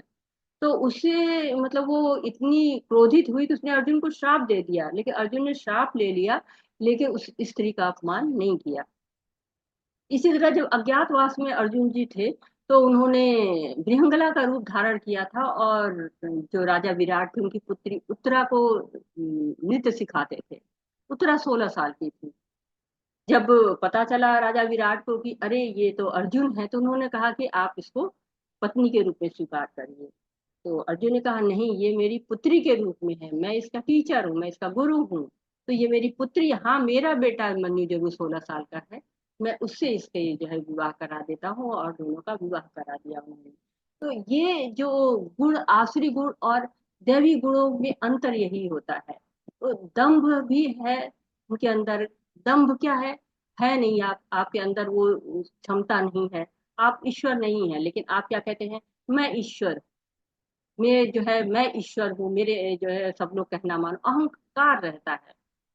पापी है, लेकिन क्या है, नहीं नहीं मैं तो बहुत बड़ा धर्मी हूँ। कुछ लोग क्या कहते हैं, अंदर अंदर सब गलत काम करेंगे, ऊपर से दिखाए रहेंगे कि नहीं सबसे बड़ा जो है मैं ही हूँ, सबसे ज्यादा धर्म मैं ही करता हूँ। दर्प होता है एक तरह से। दर्प क्या होता है? घमंड होता है कि हाँ हमारी इतनी ज्यादा, मैं तो इतना पढ़ा लिखा हूँ, मेरे पास इतनी संपत्ति है, मेरे घर के लोग इतनी बड़ी बड़ी पोस्ट पर नियुक्त हैं, तो इस तरह का जो है, मेरी समाज में बड़ी स्थिति अच्छी है। तो इस तरह से लोगों को घमंड हो जाता है।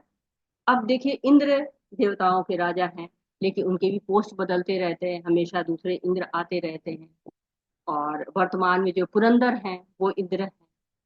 तो इस तरह से बदलते रहते हैं लोग। ये इंद्र का पोस्ट भी बदलता रहता है।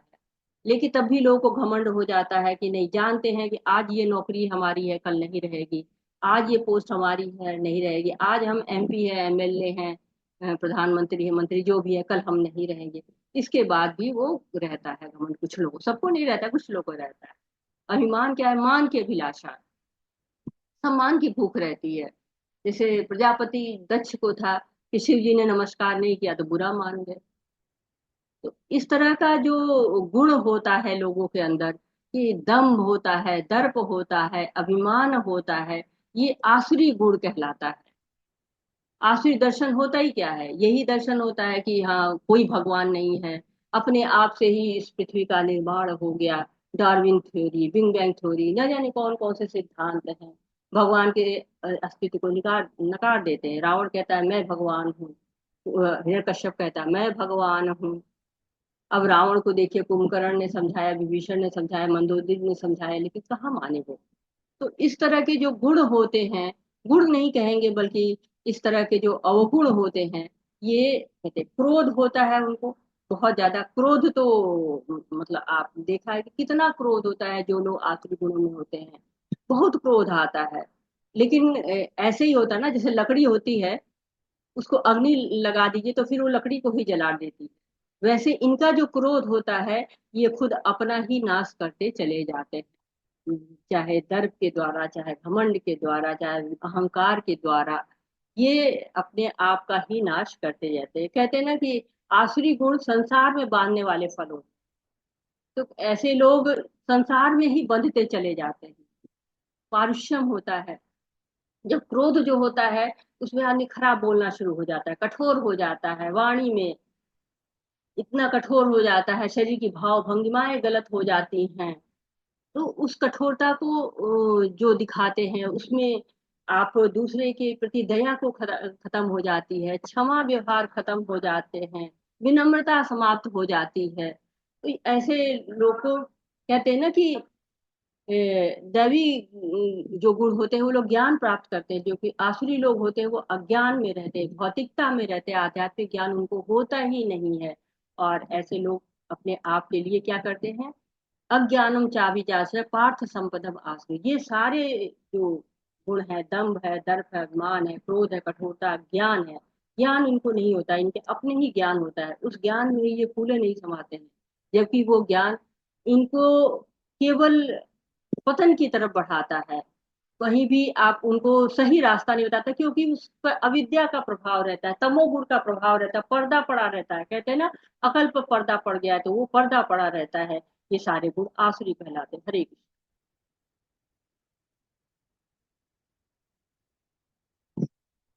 हरे कृष्ण, आगे बढ़ते हैं। जी माता जी पढ़िए 5वां श्लोक। उषा माता जी आप पढ़ रही थी ना? हरे कृष्णा। हाँ, हरे कृष्णा पढ़ रही हूँ। आवाज आ रही है? हाँ आ रही है, आ रही है। पढ़िए माता जी पढ़िए। प्रतिमोक्षाय निबन्ध्याय सुरी मता मां शुचय संपदम देवीम अभिजातोसी पांडव। हरे कृष्णा। धन्यवाद माता जी। हरे कृष्णा। दिव्य गुण मोक्ष के लिए अनुकूल है और आसुरी गुण बंधन दिलाने के लिए। हे पांडुपुत्र, तुम चिंता मत करो, क्योंकि तुम दैवी गुणों से युक्त होकर जन्मे हो। हरे कृष्णा। अंजलि माता जी, इसको थोड़ा ऊपर कर दीजिएगा। हरे कृष्णा। 5वां श्लोक। तो दिव्य गुण क्या होते हैं? भगवत धाम ले जाते हैं। और आसुरी गुण इसी पृथ्वी लोक में रहने के कारण पड़ते हैं। तो भगवान अर्जुन से कह रहे तुम चिंता मत करो, तुम दैवी गुणों से युक्त हो।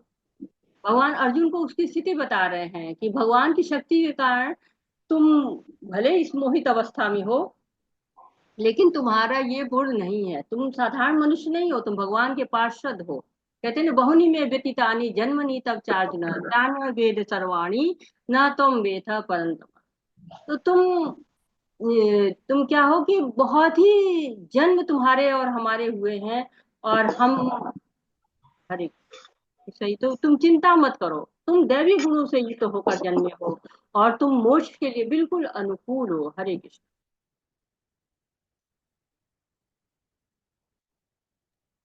हरे कृष्णा। 6 पढ़िए श्लोक माता पढ़िए माता जी। उषा माता जी। हरे कृष्णा। हाँ, हरे कृष्णा। अरे माता जी जी अब भूल माता, जाते छठे हो। श्लोक पे कर दीजिए, छठे श्लोक पे। पढ़िए माता जी। हाँ, इसमें क्या बार बार ये म्यूट हो रहा है? हरे कृष्णा। दिव्य गुण मोक्ष के लिए अनुकूल है और आसुरी गुण बंधन दिलाने के लिए है। हे पांडुपुत्र, तुम चिंता मत करो। इलेक्ट्रोलाइट की कमी से ओवर स्वेटिंग वजह होती है। दूसरी वजह होती है। हरे कृष्णा। हरे कृष्णा, आवाज आ रही है मेरी? जी हरे माता जी। माता जी आ रही है। दो भूत सर्गो लोकस्मिन् देव आसुर एव च देवो विस्तर्श प्रोक्तः आसुरं पार्थ मे शृणु। हरे कृष्णा माता जी। हरे कृष्णा। हे प्रथापुत्र, माता जी पढ़ रही हैं क्या? हरे कृष्णा। हे प्रथापुत्र, इस संसार में सृजित प्राणी दो प्रकार के हैं, दैवी तथा आसुरी। मैं पहले ही विस्तार से तुम्हें दैवी गुण बतला चुका हूँ। अब मुझसे आसुरी गुणों के विषय में सुनो। हरे कृष्ण माता जी। हरे कृष्णा। तो भगवान कह रहे कि जी, संसार में जीव की दो श्रेणियां हैं, एक दैवी है और दूसरा आसुरी है। तो भगवान ने दैवी गुणों के बारे में बताया, और भगवान जो है वो आसुरी गुणों के बारे में भी बताया। तो कहते हैं शास्त्रों में बताया गया कि दोनों की उत्पत्ति एक ही जगह से हुई है। कोई जानता है कि दोनों की उत्पत्ति कैसे एक जगह से हुई है? क्योंकि भगवान का जो, पिता है। जी प्रभु जी बोलिए। हरे कृष्णा प्रभु जी बताइए। हरे कृष्णा माता जी, मैं बताऊं क्या? जी जी जी जी प्रभु जी। बताइए। हमारे अंदर ही मौजूद है दोनों गुण। हाँ अब प्रभु जी। वो क्या है, संस्कार पर डिपेंड करता है कि हमें कैसे संस्कार मिले हैं जन्म से लेके बड़े होने तक, वही गुण जो है डेवलप हो जाते हैं। बिल्कुल बिल्कुल। तो इस संसार में जो है दो तरह के लोग हैं, और इस लेकिन थोड़ा सा मैं और उसको आगे बढ़ाती हूँ, जो प्रभु जी ने कहा है कि ये एक ही पिता थे, कश्यप ऋषि, और उनकी माताएं दो थी, एक दिति थी और एक अदिति। दिति से दैत्य पैदा हुए और अदिति से आदित्य की उत्पत्ति हुई। ये भागवतम में वर्णन है। तो ये देवता और दैत्यों की एक ये भी कथा है। हरे कृष्ण। आगे बढ़ते हैं। हरे कृष्णा माता जी। पढ़िए। जी माता।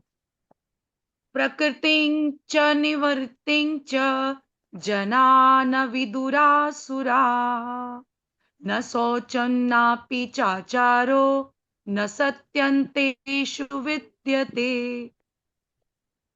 हरे कृष्ण। माता जी अर्थ भी पढ़ोगे? अपने बात कोई पढ़ने, मैं पढ़ दूं, पढ़ने वाला हूँ तो। हरे कृष्णा। जो आसुरी हैं वे यह नहीं जानते कि क्या करना चाहिए और क्या नहीं करना चाहिए। उनमें ना तो पवित्रता होती है, ना ही उचित आचरण, और ना ही सत्य पाया जाता है। हरे कृष्णा। तो जो आसुरी लोग होते हैं उनमें न सत्य पाया जाता है, मतलब सारे जो प्रवृत्ति भी नहीं पता कि क्या करना चाहिए, निवृत्ति भी नहीं पता कि क्या जो है वो नहीं करना चाहिए। सब कुछ भी नहीं चाहते, ना उनके अंदर स्वच्छता होती है। कोई भी उनके अंदर ऐसे गुण नहीं होते हैं जो कि उनको सही रास्ते की ओर ले जाए। न डूम्स डोंट्स कुछ भी नहीं पता है उनको। उनके कार्य का कोई उद्देश्य भी नहीं है, कोई सार्थक परिणाम भी नहीं निकलता है। जो मन को भाता है वही करने लगते हैं। ज्ञान भी नहीं होता है कुछ भी कि गलत क्या है सही क्या है। जैसे मन कह रहा है कि सुबह मत उठो, मन कहता है कि रात में देर तक जगो, परंतु देर तक जगने से दूसरे दिन की दिनचर्या प्रभावित होती है। ये क्या है, असुरों को नहीं पता। वो देर तक सोते रहेंगे, सवेरे देर तक उठते रहेंगे, रात में बहुत देर तक जगते रहेंगे। पवित्रता भी नहीं होती है, क्योंकि जब समय पर उठते नहीं है तो नहाना धोना भी उनका कभी भी, कहीं शाम को नहा रहे हैं कहीं रात में नहा रहे हैं, कभी उनका कोई समय ही नहीं होता है नहाने का भी। अंदर भी अशुद्धि भरी हुई है, आत्मा पवित्र नहीं हो रही, क्योंकि आचरण उचित नहीं है तो पवित्रता कहाँ से आए। इसीलिए कहते हैं कि योगी जन आत्म साक्षात्कार के जब प्रयास करते हैं तो वो बहुत से अपने दैवी गुणों को अपने अंदर लाते रहते हैं। लेकिन जब कोई भगवान की भक्ति नहीं करता है, भगवान से नहीं जुड़ता है और केवल भोग में रहता है, तो उसके अंदर आसुरी गुण बढ़ते ही चले जाते हैं। हरे कृष्ण। हरे कृष्ण। हरे कृष्णा माता जी, एक क्वेश्चन था। प्रवृत्ति जी और निवृत्ति एक से ही शब्द लगते हैं, इन पर थोड़ा डिटेल में बताएं। ओके माता जी, प्रवृत्ति और निवृत्ति पे लेते आइए।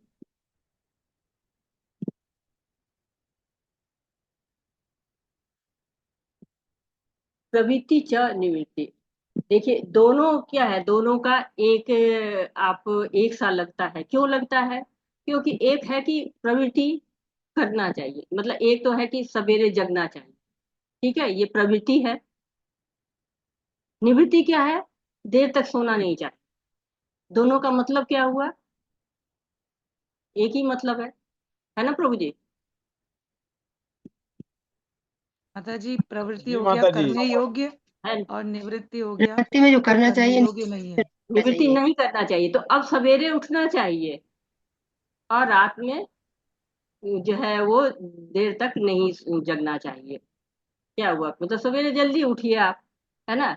तो क्या कार्य प्रवृत्ति करिए, वो कार्य का नियम क्या है उस नियम के अनुसार करिए। और निवृत्ति क्या, वो भी नियम है कि इस ढंग से नहीं करिए, ये चीज नहीं करिए, रात में देर तक मत सोइए, मत जगिए और सुबह जल्दी उठिए। माता जी, प्रवृत्ति और अपोजिट निवृत्ति में ये अपोजिट वर्ड है, अपोजिट वर्ड। हाँ अपोजिट वर्ड कह सकते हैं। लेकिन क्या होता है, प्रवृत्ति काम करने का ढंग बताता है और निवृत्ति कहता है क्या क्या नहीं करना है आप, ठीक है। प्रवृत्ति बताता है क्या आपको करना है, निवृत्ति क्या नहीं करना है। ये चीज आपको डूज और डोंट्स जो बोलते हैं, जब हम इंग्लिश में बोलते हैं तो कहते हैं डूज क्या करने हैं, डोंट्स क्या नहीं करना है। ये प्रवृत्ति और निवृत्ति होता है। हरे कृष्णा प्रभु जी, मुझे सोचते आपको क्लियर हो गया होगा। जी माता जी, हरे कृष्ण। हरे कृष्ण। हरे कृष्ण। बढ़िया माता जी। असत्यम प्रतिष्ठन्ते जगदाहुरनीश्वरम् अपरस्पर संभूतं किमन्यत् काम हैतुकम्। अनुवाद, वे कहते हैं कि यह जगत मिथ्या है, इसका कोई आधार नहीं है और इसका नियमन किसी ईश्वर द्वारा नहीं होता। उनका कहना है ये कामेच्छा से उत्पन्न होता है और काम के अतिरिक्त कोई अन्य कारण नहीं है। हरे कृष्ण। हरे कृष्ण। तो आसुरी लोग कहते हैं कि जगत मिथ्या है, अर्थात असत्य है, सपना है, हम सपने में जी रहे हैं। क्यों? क्योंकि भगवान को नहीं मानते हैं वो। भौतिक जगत क्या है, आए खाए पियो चल दिए, तो ईश्वर उनकी श्रद्धा ही नहीं है। कहते कि ये जगत शून्य है, शून्य में विलीन हो जाएगा। तो ये जो सोचना है क्या है, भगवान को नकारना है, क्योंकि ये केवल कामनाओं के कारण ये जगत बना हुआ है और कोई कारण नहीं है। तो केवल काम को ही सर्वोच्च मानते हैं, भगवान को नहीं मानते। हरे कृष्ण।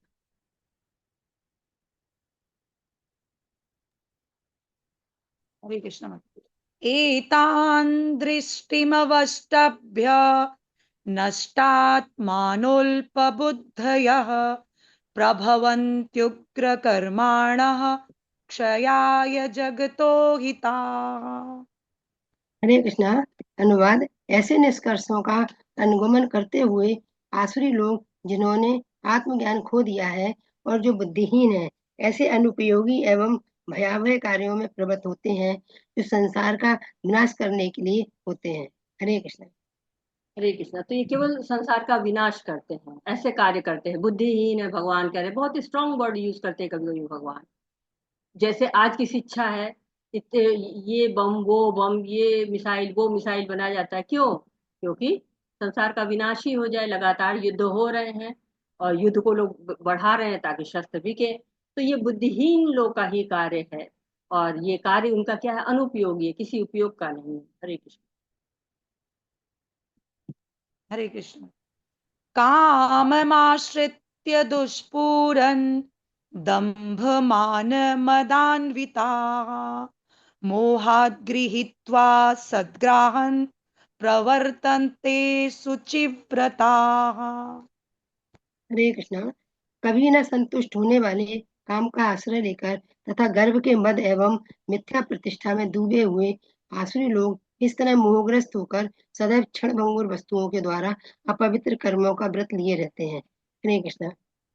हरे कृष्णा। तो अपवित्र कर्म करते हैं।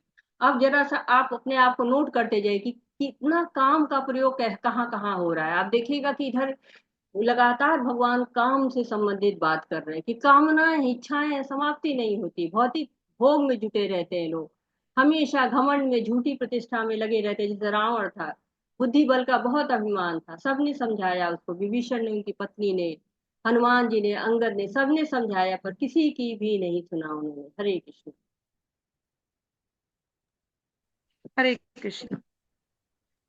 चिन्तामपरिमेयाञ्च प्रलयान्तामुपाश्रिताः कामोपभोगपरमा एतावदिति निश्चिताः आशापाशशतैर्बद्धाः कामक्रोधपरायणा ईहन्ते कामभोगार्थं अन्यायेनार्थसञ्चयान्।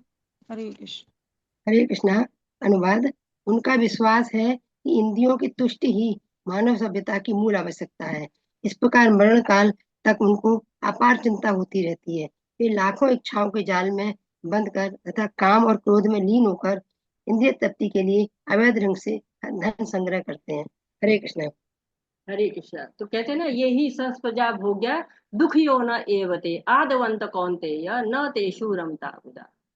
तो जो लोग बुद्धिमान होते हैं नहीं रमते हैं, लेकिन जो असुर लोग होते हैं वो पूरे जीवन भोग का संग्रह करते हैं, अंत में परेशान होते रहते हैं।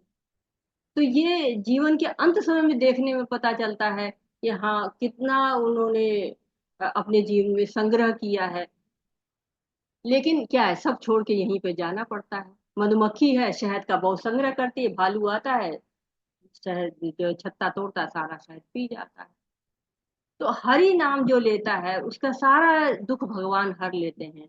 लेकिन जो हरि से दूर रहता है, केवल काम में ही रहता है, काम भोग परमा, काम है, काम क्रोध परायण, काम भोगार्थ, केवल सब कुछ क्या है, कामनाओं के इर्द गिर्द ही सब घूमता रहता है। वो क्या करता है, पतन में ही जाता है और परेशान होता है, कष्ट पाता है।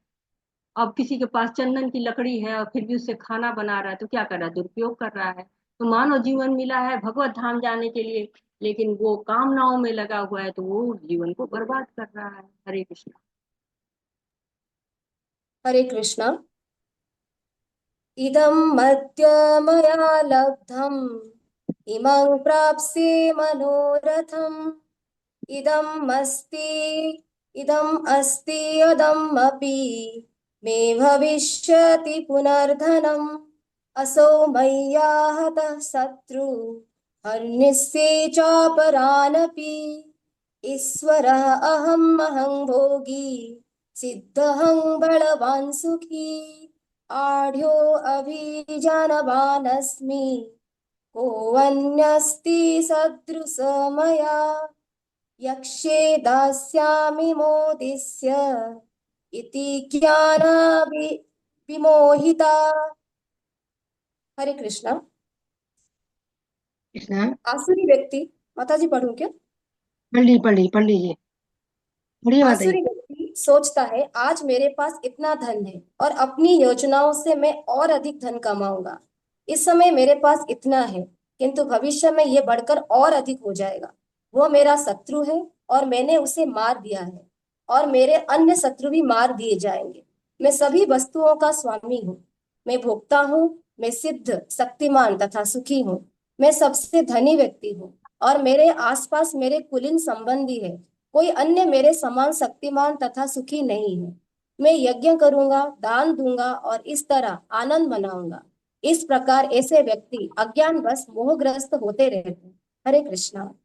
हरे कृष्णा। तो योजनाएं बना रहा है, मैं ये कर दूंगा, मैं वो कर दूंगा, ये होगा तो वो होगा, जैसे शेख चिल्ली के हसीन सपने चल रहे हैं वैसे ही इसी मानसिकता में वो जीते हैं। उसका हर्ष क्या होता है, परिणाम क्या होता है कि इच्छाएं तो असीम है, धन कमाना है, कहाँ संतुष्ट होना है पता ही नहीं है, ये संपत्ति बढ़ जाएगी तो ये करूंगा, अनुचित मार करूंगा, मार दूंगा उसको, दूसरे कोई भी, तो वो वैरी बन जाएगा।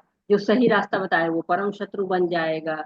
स्वयं को सबसे ज्ञानी समझ लेना कि मैं ही सब कुछ रहूंगा। कभी अच्छा काम कर दिया तो इसलिए नहीं कि हाँ वो शुभ काम करना है, भगवान की सेवा करनी, नहीं, अपने आनंद के लिए करता है। जैसे हिरण्यकश्यप थे, ब्रह्मा जी से तप किया, उन्होंने वरदान प्राप्त किया, स्वयं का ही नाश किया। तो पृथ्वी पर राज करेंगे, देवलोक पर राज करेंगे, वैकुंठ लोक चले जाएंगे, सभी योजना बनाएंगे, लेकिन होता क्यों नहीं है? क्योंकि दैवी गुण है नहीं।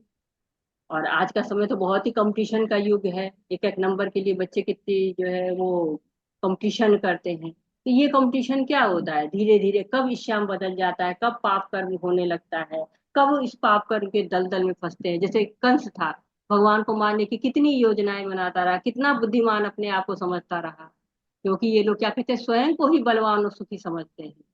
तो मैं ही संपन्न हूँ, सारा सुख मेरे लिए है, मेरे पास इतना धन है कि कोई विपत्ति मुझको आ ही नहीं सकती, मैं ज्यादा सुरक्षित हूँ। तो कहते हैं कि सामान्य बोलचाल में कहते हैं कि घमंड तो रावण का भी नहीं रहा, उसके बेटे इतने शक्तिशाली थे, रावण भी शक्तिशाली थे, भाई शक्तिशाली था, लेकिन क्या हुआ? ये कहते हैं ना कि विभीषण को छोड़ के सब मारे गए।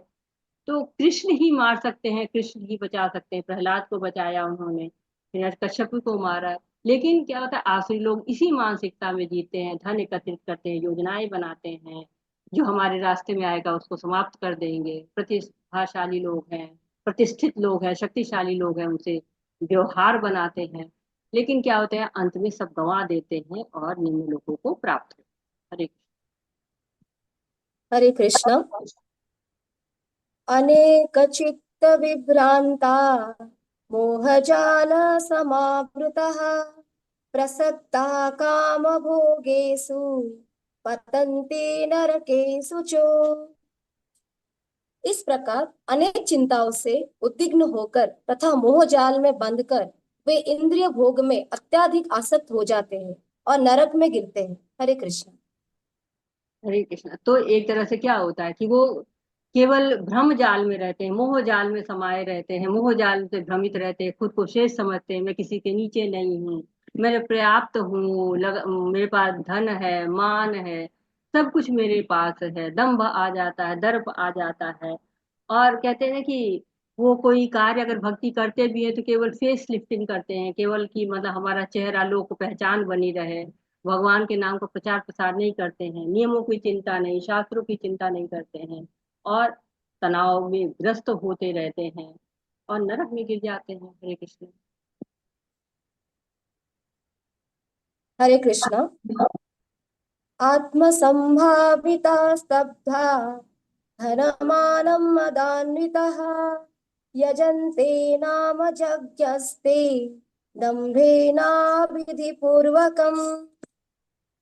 अपने को श्रेष्ठ मानने वाले तथा सदैव घमंड करने वाले, संपत्ति तथा मिथ्या प्रतिष्ठा से मोहग्रस्त लोग किसी विधि विधान का पालन ना करते हुए कभी कभी नाम मात्र के लिए बड़े ही गर्व के साथ यज्ञ करते हैं। हरे कृष्णा। हरे कृष्ण। तो आसुरी लोग क्या होता है, इतनी ईर्ष्या बढ़ जाती है कि भगवान को ही भगवान नहीं मानते हैं। रावण है, हिरण्यकश्यप है, शिशुपाल है, ये लोग क्या है, ये लोग भगवान मानने को तैयार ही नहीं थे। भगवान को पद मिला तो वो स्वीकार नहीं था, क्यों? क्योंकि भगवान से ईर्ष्या थी। हरे कृष्ण। हरे कृष्णा।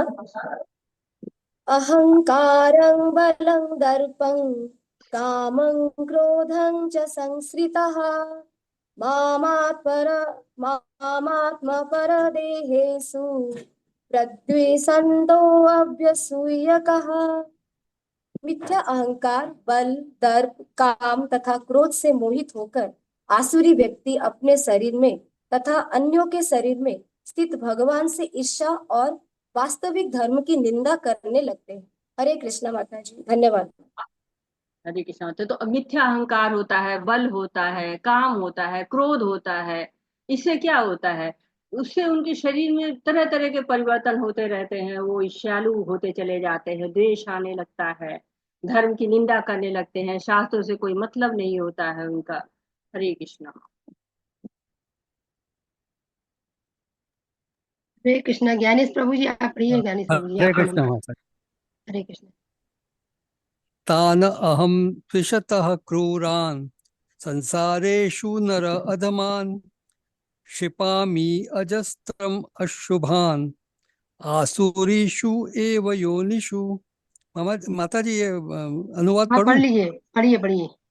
जो लोग ईर्ष्यालु तथा क्रूर हैं और नराधम हैं, उन्हें मैं निरंतर विभिन्न आसुरी योनियों में भवसागर में डालता रहता हूँ। हरे कृष्णा। हरे कृष्ण। तो भगवान कह रहे कि ऐसे लोग को जिसको भगवान में प्रेम नहीं है, ईर्ष्या है, उनको भगवान क्या कहते हैं, निम्न योनि में स्थान देते हैं। तो आसुरी लोग जब भगवान में विश्वास नहीं करते, शास्त्रों के विरुद्ध कार्य करते, तो उनका निजी फैसला, अपने नियम बना लेते हैं, जैसा चाहते हैं वैसा करते हैं। लेकिन योनियों में जन्म लेंगे ये तो उनके हाथ में नहीं है। जैसे आपके माता पिता आपसे प्रेम करते हैं, आप उनसे ईर्ष्या करने लगेंगे तो क्या होगा, अपने साथ नहीं रखेंगे, आप लड़ झगड़ के बाहर चले जाएंगे। वैसे ही ये असुर लोग होते हैं, निम्न योनियों में भटकते रहते हैं, भगवान के धाम तक नहीं पहुंच पाते, क्योंकि हर परिवार का एक नियम होता है, उस नियम में रहेंगे तभी आपको परिवार में रहने को मिलेगा। हरे कृष्णा। हरे कृष्णा।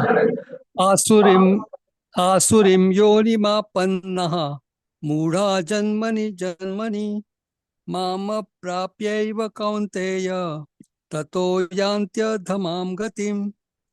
हे कुंती पुत्र, ऐसे व्यक्ति आसुरी योनि में बारंबार जन्म ग्रहण करते हुए कभी भी मुझ तक पहुंच नहीं पाते। वे धीरे धीरे अत्यंत अधम गति को प्राप्त होते हैं। हरे कृष्णा। हरे कृष्णा। तो आसुरी गुण रहते तो भगवान के पास नहीं जा पाते हैं, अधम योनियां मिलती चली जाती हैं, उनमें और गलत काम होते चले जाते हैं, तो उद्धार मुश्किल हो जाता है। क्योंकि कभी जो है सारी भोग योनियां हैं, कर्म योनि मिल नहीं पाती है, उद्धार हो नहीं हो पाता है। कभी कभी ऐसा हो जाता है, उद्धार हो जाता है, अज्ञात सूत्र मिल जाता है। जैसे वाल्मीकि जी को मरा मरा कह के कल्याण हो गया, राम राम नहीं बोल पाते थे, अजामिल का उद्धार हो गया। तो कुछ लोग परिक्रमा करते हैं, भगवान के नाम पे नहीं करते, ऐसे ही घूम आते हैं, प्रसाद नहीं खाएंगे लेकिन खाने के नाम पे खा लेंगे, तो ऐसे लोग का उद्धार हो जाता है। लेकिन साधारणतः ऐसे लोग का उद्धार होना बहुत मुश्किल है। हरे कृष्ण। हरे कृष्णा। त्रिविधम नरकस्येदं द्वारं नाशनमात्मनः कामः क्रोधस्तथा लोभः तस्मादेतत्त्रयं त्यजेत।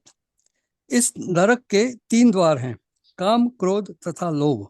प्रत्येक बुद्धिमान व्यक्ति को चाहिए कि इन्हें त्याग दे, क्योंकि इनसे आत्मा का पतन होता है। हरे कृष्ण। हरे कृष्ण। बहुत अच्छा बता दे रहे कि 3 द्वार हैं, एकदम आपको दुश्मन का जो है ठिकाना बता दे रहे कि ये 3 जगह है, यहीं पे सारा नरक है।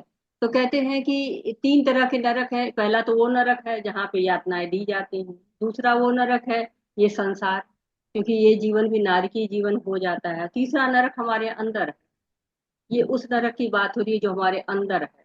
ये हमारी आत्मा का नाश करता है, शरीर पर वार नहीं करता पर आत्मा पे करता है। और जब वार आत्मा पे होता है तो शरीर भी प्रभावित हो जाता है। तो बिना भक्ति के कोई विधि नहीं है जो भगवान तक पहुंचा सके, और वहीं पर जाके सारे अवगुण समाप्त हो गए। हरे कृष्ण। हरे कृष्ण। एतैः विमुक्तः कौन्तेय तमद्वारैः त्रिभिः नरः आचरति आत्मनः श्रेयः ततः याति पराम गतिम।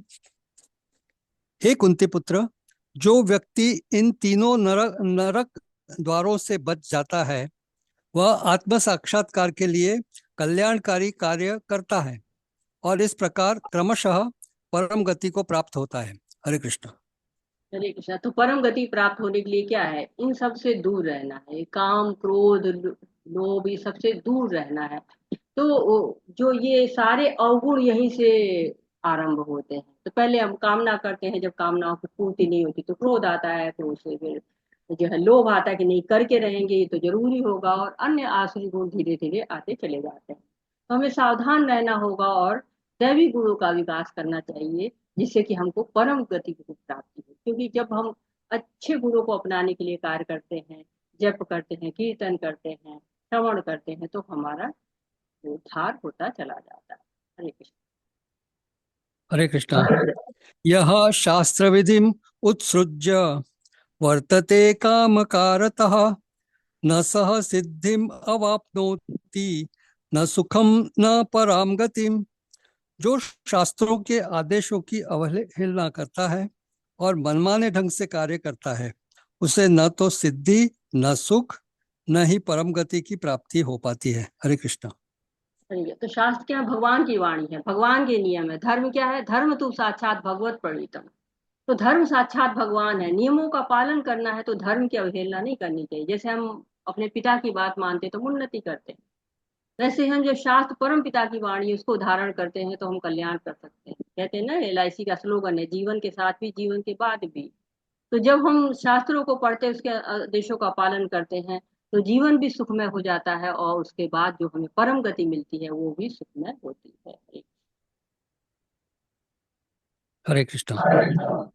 एक चीज मैं थोड़ा सा आपको, इसे आपने किया था, एक सेकंड प्रभु जी, कि मैंने आपसे कहा था कि आप लोग नोट करिए कि कितने बार जो है वो आपको काम शब्द आया। किसी ने नोट किया है? हरे कृष्ण। 7वें श्लोक से मैंने बोला था और 23वें श्लोक तक काम की बात आई। किसी ने नोट किया कि कौन कौन सी कितनी बार आया है? नहीं नोट किया, इसका मतलब तो 7वें श्लोक से 23वें श्लोक तक 9 बार काम का प्रयोग किया गया है। 16.8 में काम है तो कम, 16.10 में काम माश्रिता, 16.11 में कामोपभोग परमा, 16.12 में काम क्रोध परायणा, 16.12 में काम भोगार्थमा, और 16.16 में काम भोगेशु, 16.18 में कामम, और 16.21 में काम, और 16.23 में काम कारता। तो आसुरी संपदा का मूल कारण क्या है? काम ही काम। तो ये काम सोचिए कि हमारे जीवन पर कितना प्रभाव डालता है, ये हम देखते हैं इस अध्याय में। ठीक है, पढ़िए। हरे कृष्णा। तस्मात् शास्त्रं प्रमाणं ते कार्य अकार्य व्यवस्थितौ ज्ञात्वा शास्त्र विधान उक्तम कर्म कर्तुम इह अर्हसि। अतएव मनुष्य को यह जानना चाहिए कि शास्त्रों के विधान के अनुसार क्या कर्तव्य है और क्या अकर्तव्य है। उसे ऐसे विधि विधानों को जानकर कर्म करना चाहिए जिससे वह क्रमशः ऊपर उठ सके। हरे कृष्ण माता जी, धन्यवाद। हरे कृष्णा प्रभु जी, बहुत बहुत धन्यवाद। तो पुनः ज्ञान का महत्व बताया है कि शास्त्र के जो विधि विधान है उनका पालन करिए। अर्जुन के माध्यम से सिखा रहे हैं कि दैवी गुणों को अपनाइए, शास्त्रों में जीवन जो नियम है उनके अनुसार कार्य करिए। पांडव जी कितनी दुखदायी स्थिति में थे तो भी भगवान को याद कर रहे हैं। एक बार द्रौपदी जो है वो और भीम दोनों होते हैं, और युधिष्ठिर बड़े आनंद में है, बड़ी नाराज होती हैं द्रौपदी और भीम भी, कि जैसा लग रहा है कि हॉलीडे पे आए, वेकेशन पर आए हैं। तो कैसे कैसे आप राजा हो, भिखारी बना दिए गए, फिर भी खुश है। तो युधिष्ठिर कहते हैं अच्छा है ना, साधु संग मिल ही रहा है, परिवार साथ में है, ये चिंता की क्या बात है, इससे ज्यादा सुख क्या चाहिए। और जब उसी समय वेद व्यास जी वहां पे आते हैं और कहते हैं कि अर्जुन को देवताओं के पास भेजो, अस्त्र शस्त्र जमा करो युद्ध के लिए। तो भक्ति के नियम का पालन करने से, धर्म का पालन करके सही रूप से आप सफल हो जाएंगे, ऐसा कहा गया है। शास्त्रों का पालन करिए। तो ये पूरा अध्याय एक तरह से अर्जुन को बताना था कि तुम्हारा युद्ध दैवी स्वभाव वालों के साथ नहीं है, आसुरी स्वभाव वालों के साथ है। दुर्योधन और उनके संग के लोग क्या आसुरी हैं, जो अन्याय करते हैं, शास्त्रों के विरुद्ध हैं। और युद्ध ये जो हो रहा है ये धर्म और अधर्म के बीच में है। शास्त्र में 4 दोष नहीं पाए जाते हैं, और इन चारों दोषों के कारण ही जो है वो लोग आसुरी स्वभाव में जाते हैं। जो शास्त्र इन सबसे परे होते हैं, तो शास्त्रों का पालन करना चाहिए। दोषों से परे है शास्त्र, उसको एज इट इज स्वीकार करना चाहिए। द्वेष रहित तो होते हैं। लेकिन जो दुर्योधन में है, काम की अधिकता है, काम ही काम है, ईर्ष्या ही ईर्ष्या है, क्रोध ही क्रोध है, लोभ ही लोभ है। लेकिन जो पांडव है वो दैवी गुणों से युक्त है।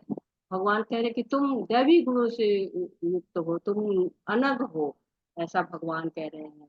तो इस तरह से जो ये अध्याय 16वां अध्याय है, ये दैवी स्वभाव और आसुरी स्वभाव के लोगों का वर्णन करता है, और हमको बताता है कि हमको कौन से गुणों को अपनाना चाहिए, कौन से गुणों को नहीं अपनाना चाहिए। शास्त्रों का हमारे जीवन में क्या महत्व है, वेदों का हमारे जीवन में क्या महत्व है, हम वे किस तरह से इस शास्त्रों को एक तरह से शस्त्र के रूप में प्रयोग करना चाहिए कि ये हमारे शस्त्र बन जाए, उनके अनुसार हम कार्य कर सके। तो वाछाकल्पतरुभ्यश्च कृपा सिन्धुभ्य एव च पतितानां पावनेभ्यो वैष्णवेभ्यो नमो नमः।